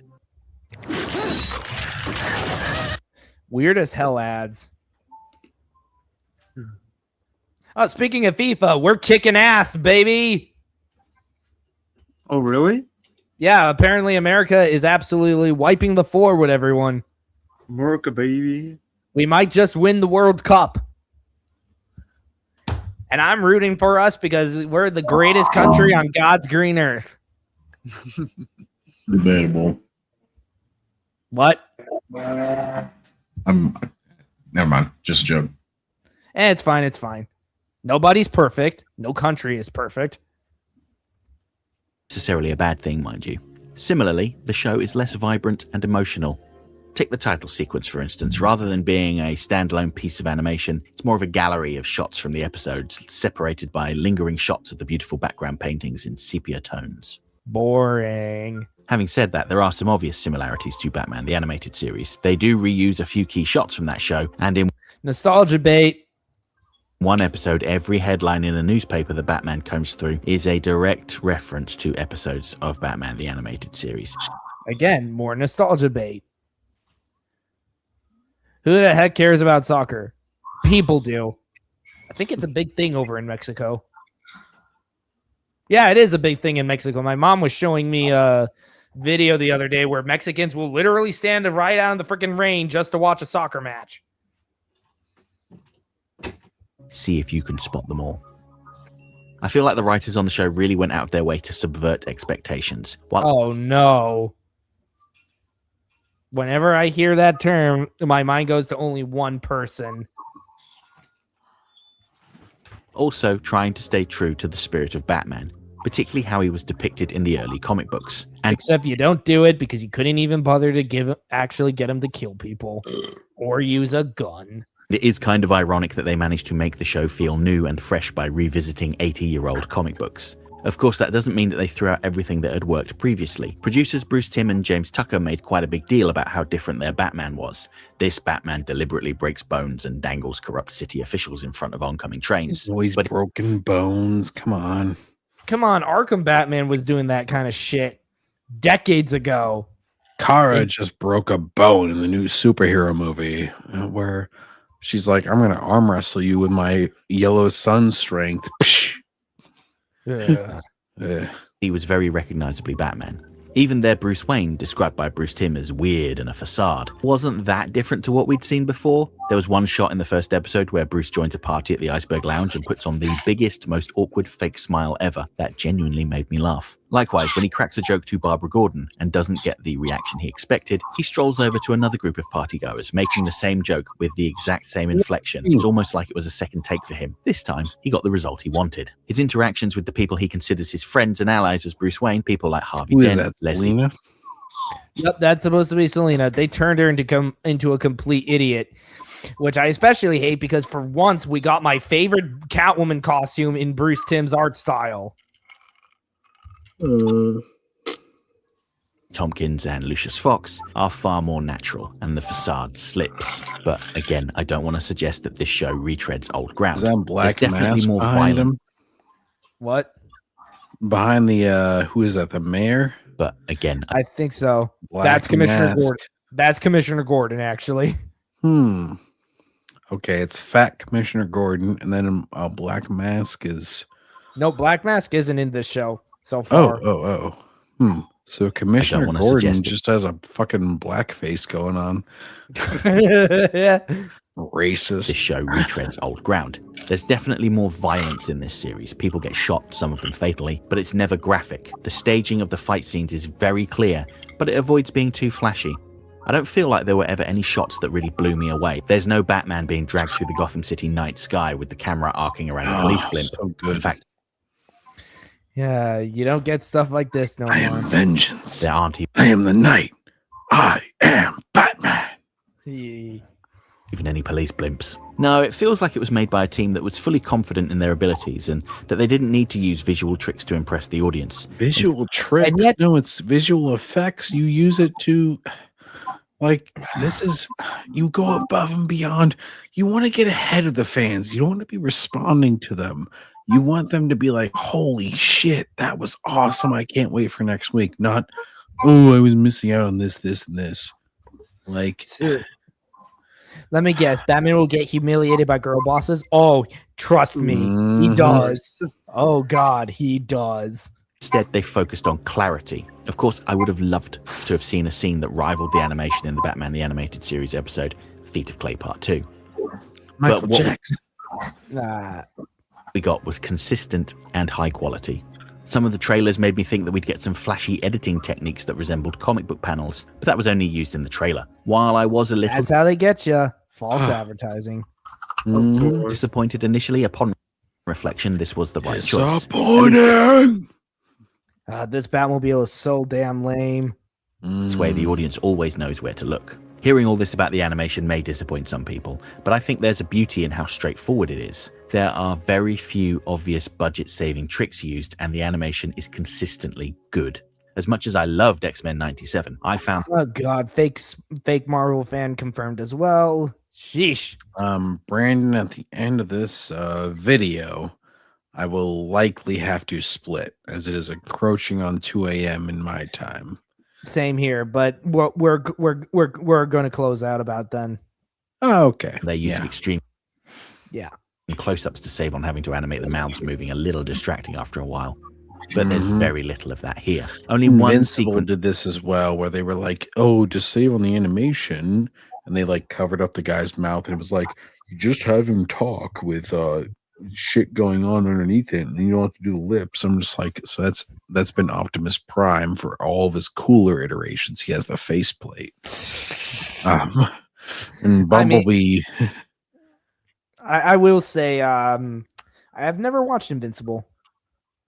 Yeah, in season 2, I believe it is. They're like, to save on the budget, sometimes you have the guy facing away from camera with his mouth covered, and then like there's a lot of that sort of shit, and they hide the author's face, and he's just like, "Oh, I'm so cool. I just love Invincible." Blah blah blah blah blah.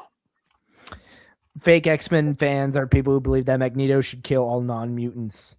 Indeed.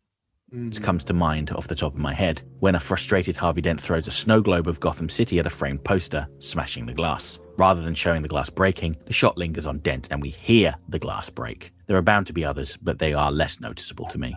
When it comes to the cast, there isn't a weak performance in the whole bunch. When I learned that the actors recorded their lines in isolation. Nope, this guy's the weakest of the bunch. The Batman voice actor. It's very similar to what they did with Legacy of the Dark Knight. Dude, you got to watch Invincible to show his peak. I don't know. From what I heard with Amber, it has some good points, but it also really fumbles the bag as an adaptation, and so season 1 and 2, I would say Invincible, absolutely. I feel like it's only become popular now because The Boys ran out of steam and had a terrible finale. And also was riddled with TDS throughout its entire runtime. Yep, that is part of the reason why it had a terrible finale, because the writer got obsessed with that rather than making something that's funny. And they do the GTA Online, so they got the whole city to play with, and they're just going to be like, no, none of this type of joke, none of that type of joke. Oh, F you guys. So hopefully we'll get some experience in the middle of that boulevard, but if not, we'll just stock them up, baby. During the COVID lockdowns, I feared that some of the performances may come across a little flat. Batman the Animated Series famously got their cast together in person to record their dialogue so that the actors could react to each other. By the way, you could still do, just saying, whenever you're all gathered in for a performance, you're all there unless you're an asshole who skips because you're like, oh, I'm the bass violinist. Ooh, whatever. Performance is more natural. But this was a needless concern. Hamish Linklater as Batman sounds how Batman should sound. He does not. He sounds like he's really forcing a performance. Clearly influenced by as most Batman actors have been and likely always will be. But there's a detached quality to him with very little warmth. I know that some people have expressed concern that the show was going to be too grim, dark, and serious, but there are moments of comedy. Catwoman's episode in particular has many funny and absurd moments. This is a great design. It's just the writing, damn it. Moments. For instance, Catwoman's Catmobile with the massive cat face on the front, complete with glowing eyes and an engine that literally purrs, is a highlight, as is Selena Kyle's performance in court when she's caught for the first time. Likewise, Onomatopoeia's fight with Batman genuinely made me laugh out loud in a couple of places. Seriously, pal, is all I need to say about that. I feel like a show with this kind of style shouldn't be making people laugh out loud like this. It feels wrong. The thing that I find most striking about the show is that although it clearly exists in a world with a 1940s aesthetic, it's just here we go. Here's the part you're really gonna find interesting. Oh shit. An aesthetic. There's no world with a 1940s aesthetic. It's just that, an aesthetic. There's no slavish attention to detail or references to the prevailing morality of the time. They never even say what year it is. This is a city with oversized props like the massive hat and umbrella atop of the Iceberg Lounge, weird science, a face-altering serum, electrified knuckle dusters, and the supernatural, a life force-draining vampire and the ghost of an 18th century highwayman. That's it's just also a my city ex-wife. that's overrun with corruption and citizens plagued with relatable issues, and they all coexist seamlessly. Some had expressed concern about the diverse cast as a cynical cash grab, although here we go. That felt like a bad faith argument to me. Frankly, I don't really get that complaint. Yeah, that's because you're a freaking idiot. It's like, if you're going to do a 1940s aesthetic, then why the hell are you doing this? If you're going to do this diverse kind of shit, and if you're going to say, oh, they don't mention what year it is, I'm like, if it's a 1940s aesthetic, we can very well damn assume it's in the 1940s. Moron. Late 30s, early 20, or I'm sorry, late 20s, early 30s is what I meant to imply. Like, you can always add your own salt and pepper to shit. It doesn't really matter when it's the total cost of the conference of the damn, John really is knocking out. Yeah, for the most part, yeah. ethnicity is not a key component of their character. So there are no issues with making these characters ethnic. That felt like a bad faith argument to me. Frankly, I don't really get that complaint. Most of these characters' ethnicity is not a key component of their character. But they're iconic characters who have been around for nearly 80 years. Commissioner Gordon has been around since Batman's very first appearance. It's never important until they change, and then from that point on, you can never change them back for some reason. God knows when we're going to get white April O'Neil again. Oh no. Oh, yeah.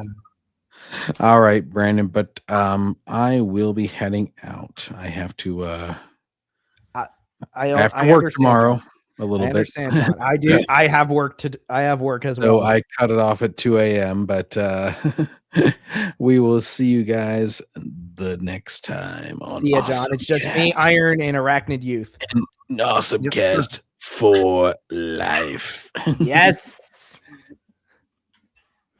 How about turning black characters into white characters? Would this guy say the same thing? Absolutely. Turn the argument back around and see what you get as a result. So there are no issues with making Commissioner Gordon African American, for instance. Yes, there is. He's an iconic character who's been around for 80 plus years. Everyone pretty much damn well knows what he looks like. There's no segregation in Gotham. People are free to love who they want to love without discrimination. There's no reference to the looming threat of war overseas. And they don't make a big song and dance about it. Because it isn't set in the 1940s. The world just shit. But why is it with the 1940s aesthetic if it's not going to be set in the 1940s? That just makes no sense. Like the B-Test does a better job of having a 1940s aesthetic, but still feeling like it's set in the 90s because you got 90s shit in it, like computers. Shares the look and the technology of that time period. People of color exist, and some of them have a position of authority. Some characters are homosexual. There are women in the workplace, and it's not a big deal. Yes, it is. If you're using the 1940s aesthetic, you idiots. Nice to know you're still here in spirit, John. Yes, retro-realistic. By not making a song and dance out of the fact that Commissioner Gordon is African American or Harleen Quinzel is a queer Asian. That's because you're a fake Batman fan. American, the show normalizes their existence, which is how it should be handled. And if it makes you uncomfortable, I'd ask that you take a few moments to think about just why that is. Because it's set in the 1940s. If you have the 1940s aesthetic, you better well damn, adjust and work with that time period, you moron. It's not a us problem. It's a problem with the damn show writers being unable to commit. And for letting politics speak. If you're looking for a historically accurate program about the USA in the 1940s, this is not the show for you. And frankly, you shouldn't be looking to get your historical education from a fictional program. No. Who the hell does that anyway? These guys hate straight people. I would not be surprised if they did. This show is more about how we respond to pain and loss. It's the start of Batman's story of growth and dealing with his trauma through the act of helping people. It's Harvey Dent's blind ambition and how his pride led to his downfall. Yeah, look at this design. This looks like he's going down. I hate it. I hate it so damn much. He just has holes in his face. It ain't Two-Face. No. Self-worth can be tied up in inconsequential things. It's about the corruption that has taken root in Gotham City at every level, and how good people, like the Gordons, try to make a difference. Now, if you're a long-time subscriber to my channel, then you're probably waiting for me to start talking about the villains. Note that I will produce more in-depth videos on each of the villains, costumed or otherwise, but the quick general summary I'll probably have to cover those at some point. Is that these villains are not tragic figures. They're that makes them very less interesting. Deeply flawed people, and the majority only appear in one episode each. Although characters like Dr. Harleen Quinzel and Harvey Dent are recurring characters. The Penguin is the first villain we meet in the series, and they've made some bold choices with this version of the character that will take some people by surprise. By surprise, I think you mean by horror and shock and anger. I know I certainly got pissed when it was like revealed that one of Batman's most iconic male villains is going to be, a woman. Our stuff is the norm. They are what is abnormal. Jesus Christ, I'd rather ram my face into a cactus. Yeah, you probably could get a better looking Two-Face out of that. Yeah. Also, it's not binary, is a tired bit of crap. Two-Face looks disgusting, and I mean that in a negative way. Penguin is another character that presents one face to the world, but they are truly a horrific person that doesn't care about the health and safety of others, even their family members. Clayface crops up in the second episode, and this was one character that I was keenly anticipating. I think they were quite wise in not even trying to compete with Ron Perlman's seminal version of the character. And Clayface is a great example of the show being less emotional. Batman the Animated Series Clayface was a tragic figure that audiences felt sorry for. Their Clayface, however, delights in his new form. An early press release said he was I can understand this, but make him entertaining to watch. Motivated by a desire for revenge, but that's not quite the full truth. He's lashing out against past rejection and loving every second of his newfound power. Catwoman, meanwhile, is a flighty, light-hearted thief that steals in response to the loss of her family's fortune after her father was sent to prison for tax evasion. She doesn't really harm people, but Gotham wants to harm her. Firebug. Okay, yeah, but she still deserves to be thrown in jail for what she does. Is a weak, meager man who becomes empowered in the presence of flames. But without his flamethrower, he's nothing. Less than nothing in some ways. Harley Quinn, meanwhile, targets the wealthy elites of Gotham. After learning their secrets as their psychiatrist, Harley Quinn tortures and brainwashes her targets into giving away their wealth before ending their own lives. Because we can't let her be Batman's, we can't let her be Joker's henchwoman anymore.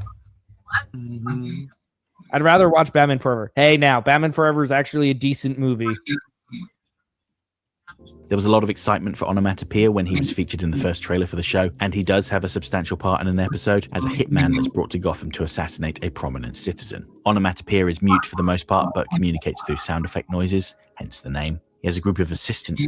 I mean, he out of all of them, I think he has a decent design to back him up and do most of the talking, and some of these scenes are a genuine delight. As much as the early episodes of Batman the Animated Series had a firm no supernatural characters rule, Caped Crusader embraces the supernatural. Case in point, the Gentleman Ghost is unambiguous. Brave and the Bold did the same thing, and it did it far better. A ghost of an 18th century highwayman. The other supernatural character, Nocturna, is driven by her insatiable appetite for people's life force. Oh yeah, she kills Dick Grayson. So we're not going to get Dick Grayson as Robin in this show. Oh, man. Then we have Two-Face. Clear comparisons are made between Barbara Gordon, in this show a public defender assigned to people that can't afford their own lawyer, and Harvey Dent, the district attorney that does favors for the rich elites. Yep, they ruined Two-Face by making Harvey Dent corrupt before he becomes Two-Face. Yes, he bends the rules for his wealthy friends, but he draws the line at outright criminality. That is ultimately what leads to his downfall. He compromises his core beliefs in order to succeed, and when he tries to... He shouldn't do that. He's supposed to be a good person straight up before he turns into Two-Face. Out, he pays a price. Caped Crusader's Two-Face isn't obsessed with duality and chance. Instead, he feels as though he's been wronged by the mob, that his life was taken from him unjustly. The whole duality thing is Two-Face's gimmick. Taking that away, he's not Two-Face. Again, just call him Whole Face Man. False Face. False Face, yeah, that's even better. False Face actually was a villain from the 60s. Wait, really? Yeah, he was a villain from the 1960s Batman show. The corruption within I saw Gotham. That show. What? It's been years since I watched that show. It is a great show. Runs too deep, and the only way to clear it out, in his mind, is through violence. And then there are villains that don't wear fancy costumes or have weird gimmicks.